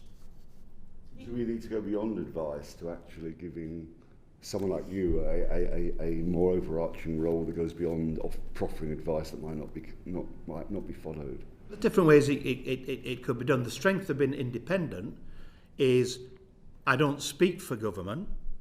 It's therefore easier to criticise government. Also, I'm UK-wide. That's hugely important. So I engage with the Scottish Government, with the SNP leadership of the Scottish Government, with the Sinn Féin and other leadership in Northern Ireland, with, I will be, with the Plaid Cymru if they're the leadership in Wales. That's an advantage. And that doesn't fit into government structures too well in this country, because it tends to be England, or England and Wales.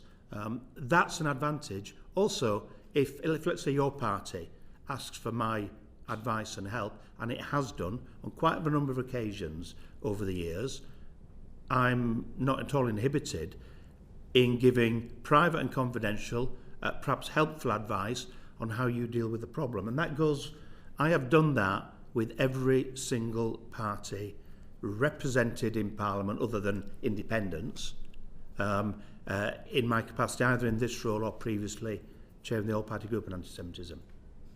So what do we need to, or what's government need to do to bring these initiatives and your advice, etc., into sort of coherence, bring some coherence? If you like, spiritually, if you like, what could the government should be more curious about what's going on. I give an example. The security grant. There is a tendency in government and government ministers to say, we've given X amount and we've now given more money for Jewish security.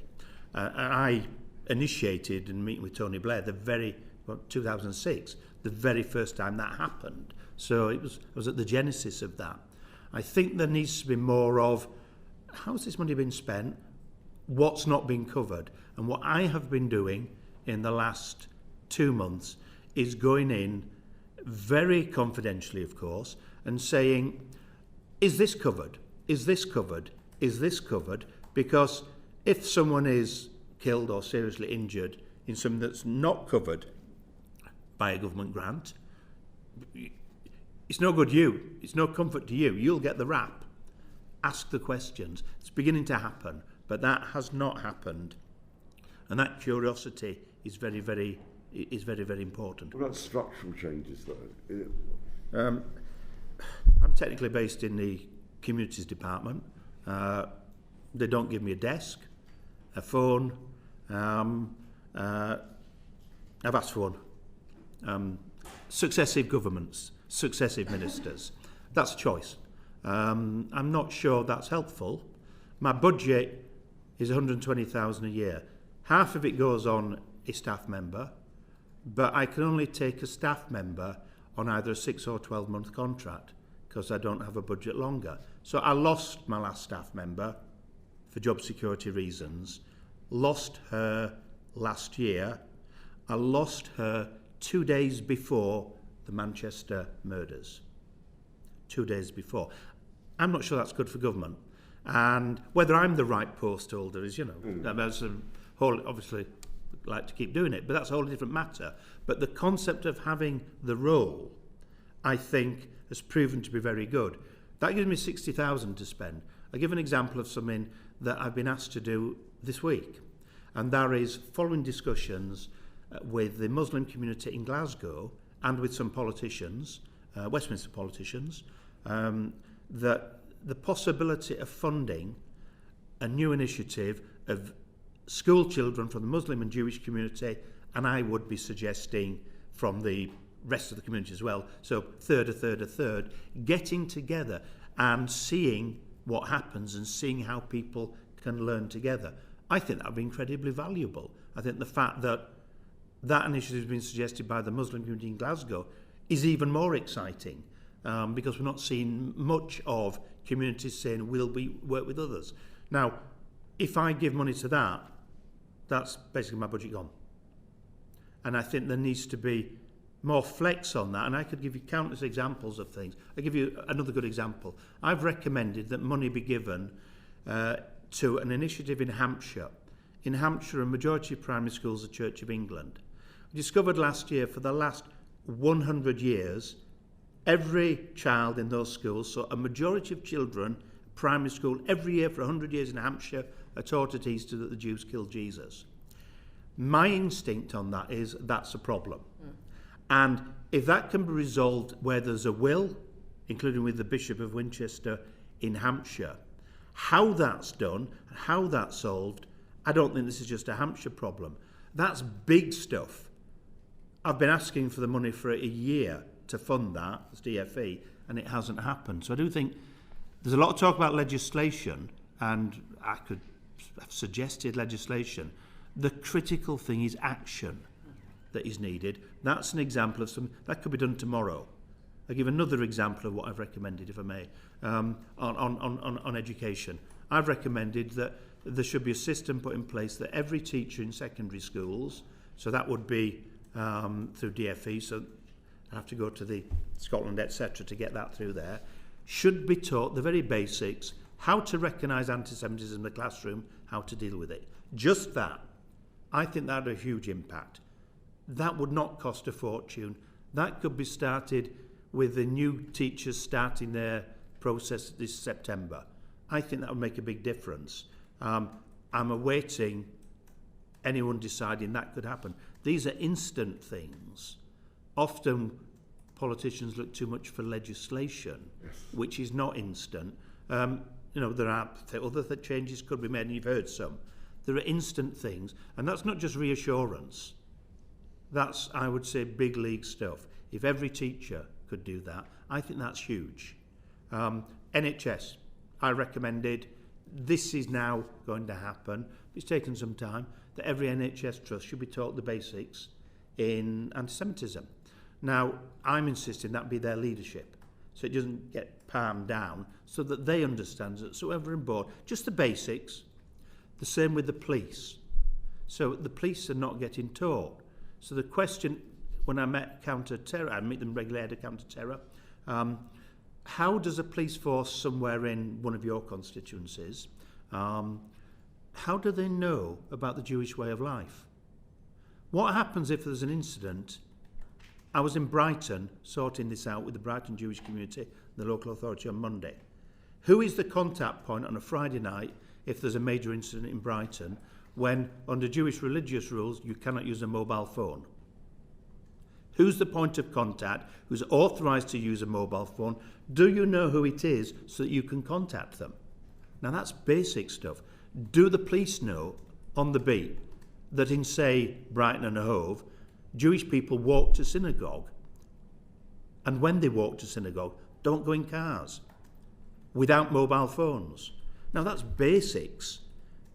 I think we're presuming too much. That's simple. That could be done within 6 weeks.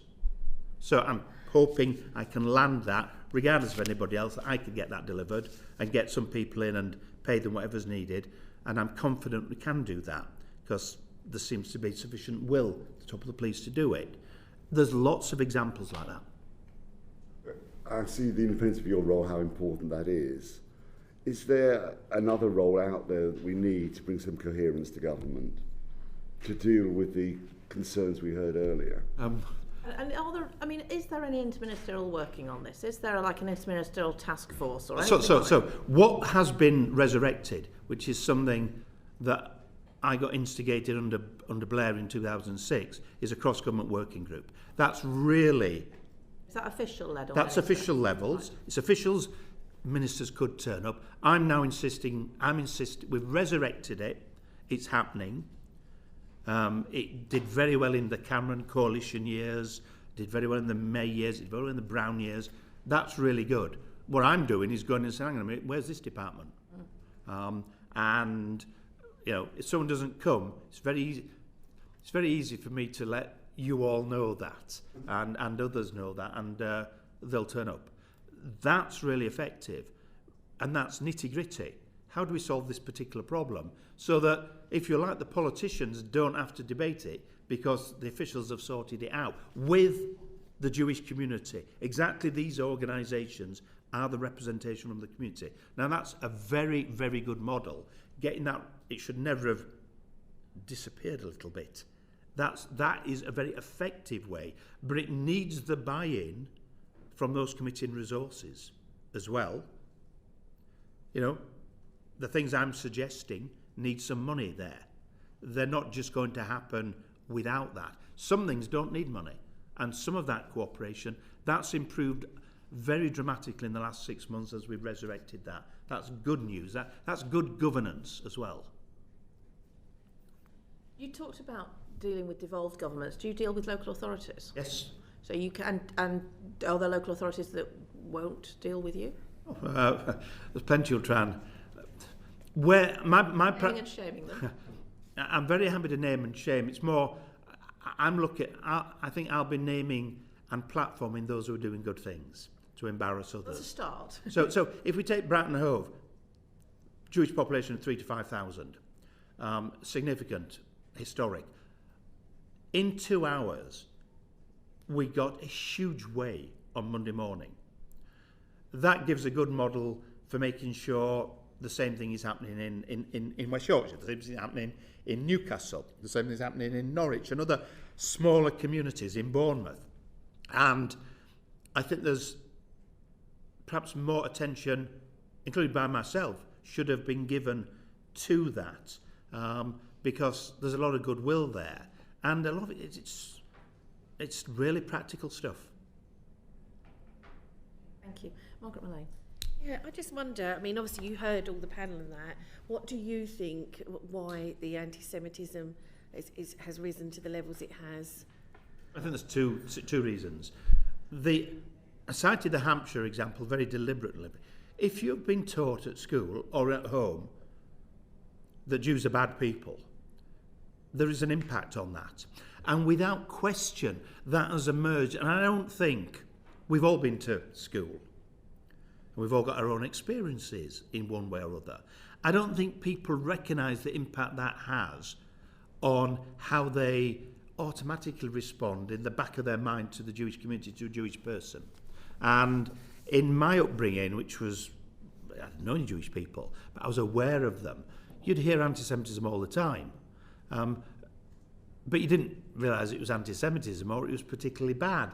If it was bullying, you'd say, that's not nice against that kid, or whatever. But it was kind of just a thing that was there. Well, that persists. That's one reason. And the second is, when there's conflict and there's people organising, the one thing that didn't come out earlier, this isn't just about terrorists when we're talking about extremism.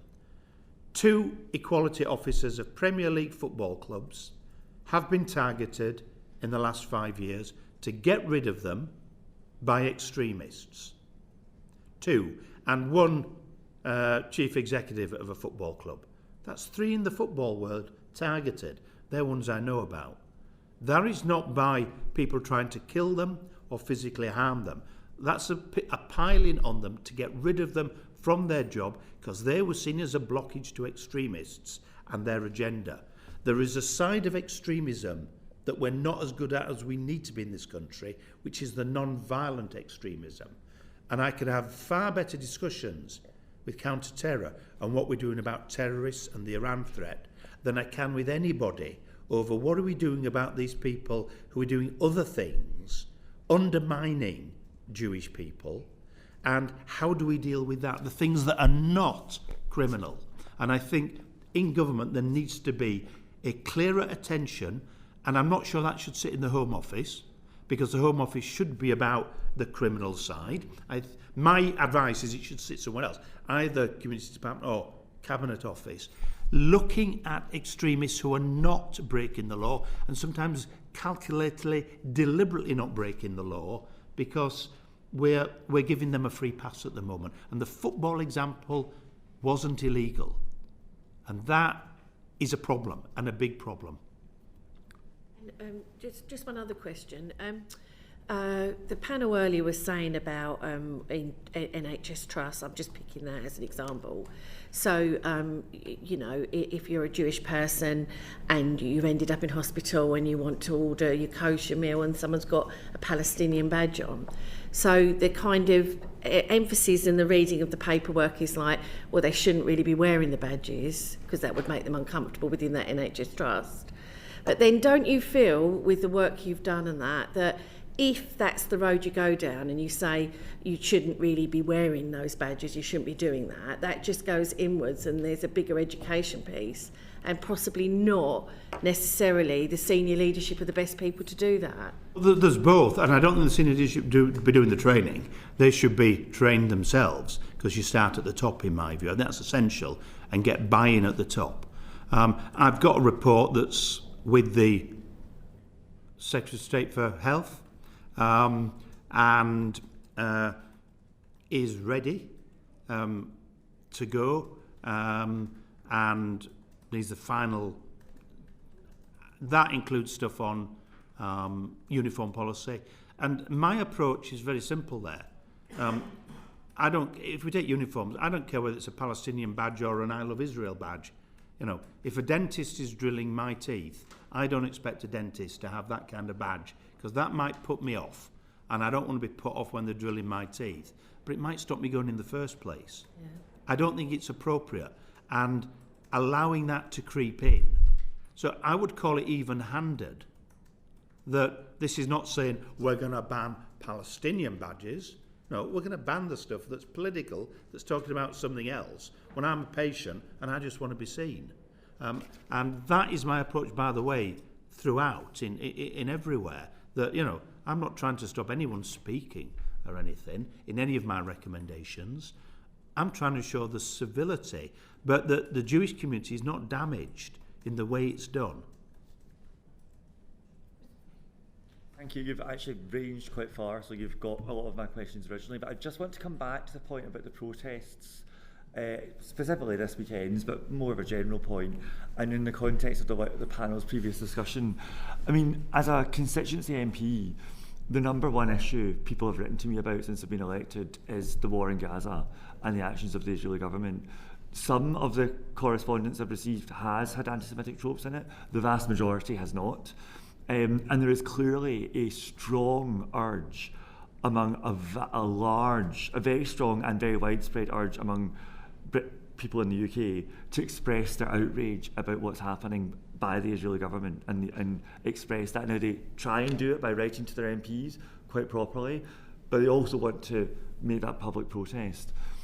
Obviously, some people involved in those marches, as we've heard, either break the law or use language and signs that are not acceptable.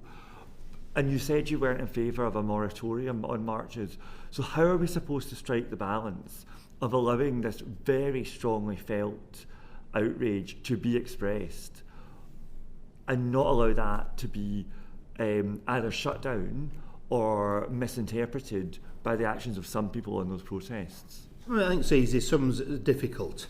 And Lord MacDonald's review can make it slightly easier by flexing some of the legislation over time on what powers are there. If you say we're going to ban you from marching, you as a decent law-abiding citizen who's not anti-Semitic, are going to say, well, hang on a minute, I want to have my say. This is a democracy. You'll find a way of having your say one way or other. If you're going to march past a synagogue every month, the same synagogue, I want the police to be saying, well, hang on a minute, I think a different route's appropriate this time.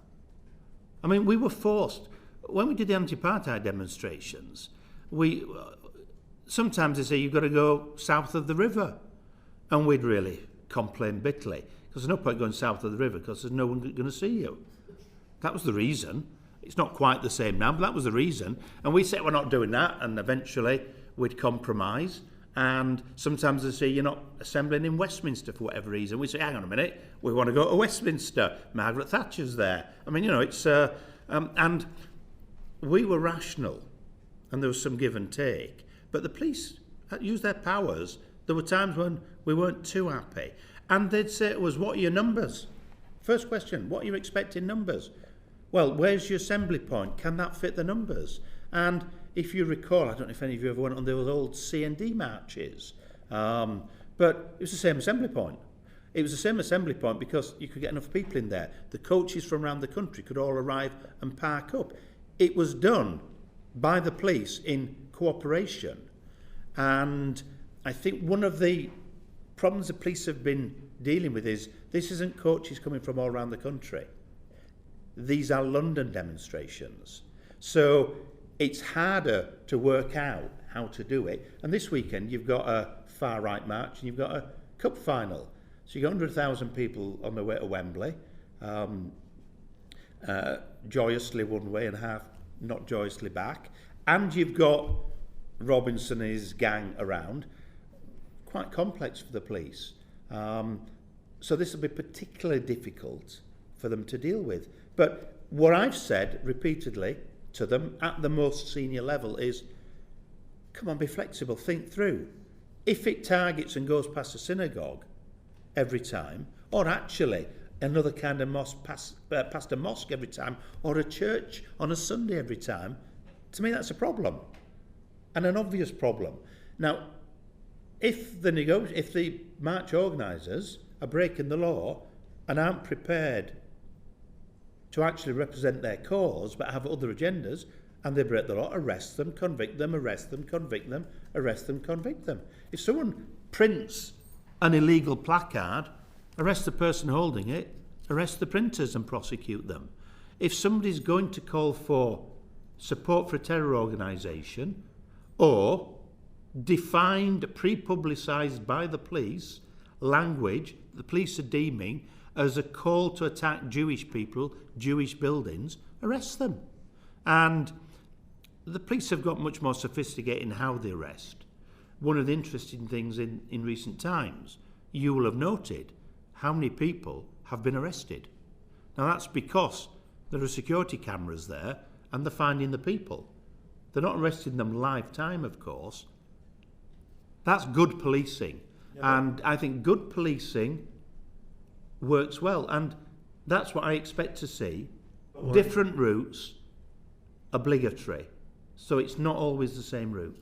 Lord Mann, your point about arrest them, convict them, arrest them, convict them, I think that's a divergence from what we heard from the previous panel, because what they said is if there are protests where there are consistent arrests and convictions and arrests and convictions, that's a sign that the protest isn't being undertaken in a way that they are comfortable with. That itself is a sign that it shouldn't be going ahead and there should be a moratorium.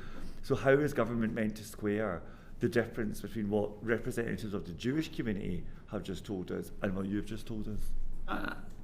Well, the police will make those decisions. Government will decide whether there's more powers. The flexing of the powers, Lord MacDonald, will be helpful, I think. But that's giving just the police more options available to them. I'm sure that'll be the outcome of that. And MacDonald will specify what and how that should be. And if he can land stuff that's doable, that would be really, really helpful. But the principle, if people are going to protest, they'll find another way of protesting. You can't stop people protesting. What you can do is help channel that protest and protect from it. And it's the protection. I think the police were slow off the mark with their early on interventions on where the marches went and the interaction with synagogues. I expect someone in this country, like you, to be able to have your say as you wish to do. But I also expect you not to constantly be going past and interfering with people trying to go to a synagogue or a mosque or a church or indeed a small business out which every protest has begun and they've lost a load of money. And that flexibility, I don't see why that flexibility is a problem for anybody, but it has to then be flexible, it has to be. And that means, why are you doing it there? What's wrong with going south of the river sometimes? And if they're not prepared to, that's when the sanction of the state can come in. And I don't think reasonable people who want to express their anger about the Israeli government, as an example, this example, are going to feel, well, it's really bad, we have to do that marching south of the river as opposed to down Oxford Street or whatever, or round Oxford Street in that area. I mean, and we never saw that as a problem when we organised with the ANC those marches. What we wanted was the maximum number of people, the maximum publicity, and your equivalents, our equivalents of the past, hearing our message. Thank you. Thank you. I want to ask about the recommendations you made for government. You already drew the distinction between things that could be done immediately and things that take legislation, and that was really helpful. So I want to kind of actually zoom out from the specific recommendations that you're making and just ask if I hope I'm okay to say that you've been around a long time and you've seen multiple governments approach this from various angles, as you've referenced. What do you think is this? Why do successive governments of every different type, and internationally as well as in the UK, struggle to tackle anti-Semitism? And is there anything you think needs to change in order for us to be able to do so? I'll give you an example. We spend a lot of money, and in your schools, your constituents' children are taught about the Holocaust. Nobody has evaluated what part of the teaching works and what doesn't. That should happen. We need to know that. We need to know what is working, how it's working, and what isn't working. And that hasn't happened. Now that needs somebody to say, we are going to commission a proper, thorough review of that. When we talk about anti-Semitism training, I've got a unit that I helped get funding for set up at JW3, which is big Jewish cultural centre, that is looking at what is working in anti-Semitism training and what isn't. And I've said to them, I need to know, the Jewish community needs to know, government needs to know. Not let's have more training, that's needed urgently, but also, is it the best possible? Even if it's good level, which bits are working? That's what, if you had a business plan and you were improving your business and it was health and safety, that's what you would do. Well, this is safeguarding the Jewish community. So everything should be evaluated independently and honestly. If I do something, I want to know whether it's working, and I want to know which bits. It's not going to be yes or no. Which bits are working? How can we improve it? How transferable is that? Governments have been weak on that. If I may say, we the politicians have been weak on demanding that, and it's absolutely now at the top, and perhaps I've been weak in demanding that. It is the top of my list. Let's evaluate what works, and the Holocaust education is just a good example, because it's there, and we don't know the answer, therefore you don't know the answer. Thank you. You have answered, I think, pretty much every question that we had thought of beforehand. Is there anything else that hasn't been said that you feel we need to hear? I think the other interesting question is, if you were, and it's a rhetorical question, if you like, for yourself, Chair, but if you were to invite a government minister in, I think the interesting question is, which one would you invite in? And I think the fact that that's a question, and you'd have to discuss that, also perhaps shows why an independent advisory role, including for other problems, you know, there used to be one for the Muslim community, Carrier Seen, but he got sacked, and I disagreed with his sacking at the time, can be useful. But also, some of your questions about how does it all work linked together,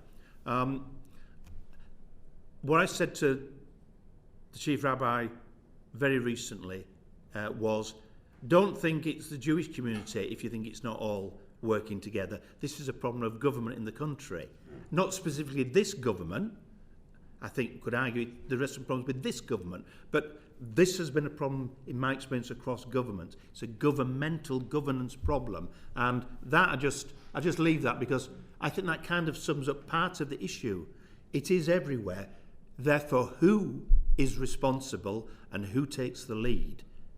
Other than obviously the Prime Minister of the day, which is relevant, but which ministers in delivery take the lead is a very, very important question, and perhaps getting that teased out a little bit would be helpful. And that intergovernmental committee you talked about, Working who? Communities Department, and they do it. The Communities Department convenes it, and is doing so very well, and that's where it was before. Okay.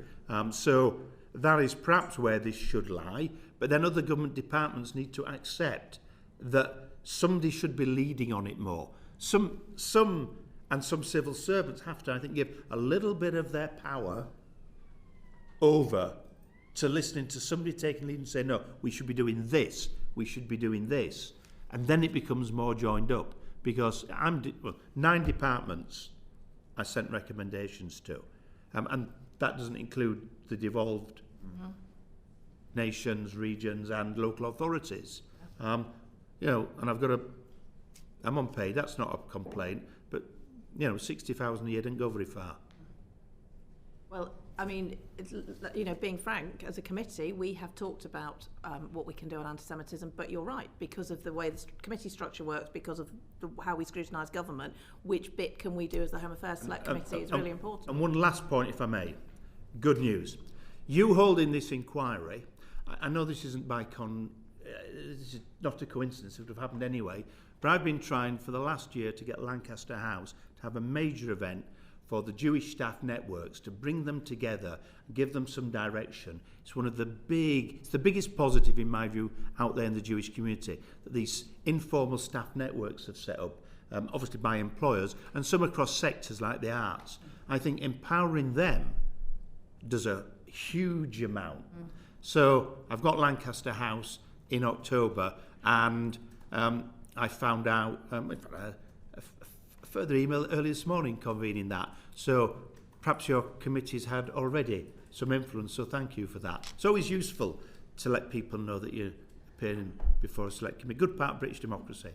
Very important part. We will, as a committee, consider what steps to take next, but this has been incredibly helpful. We want to make sure that we can give some practical recommendations to government, and you've given us a lot, as had the previous panel. So thank you again for your time. I'm sure we'll see you again. Thank you for but your I will call questions. this to a close. Order.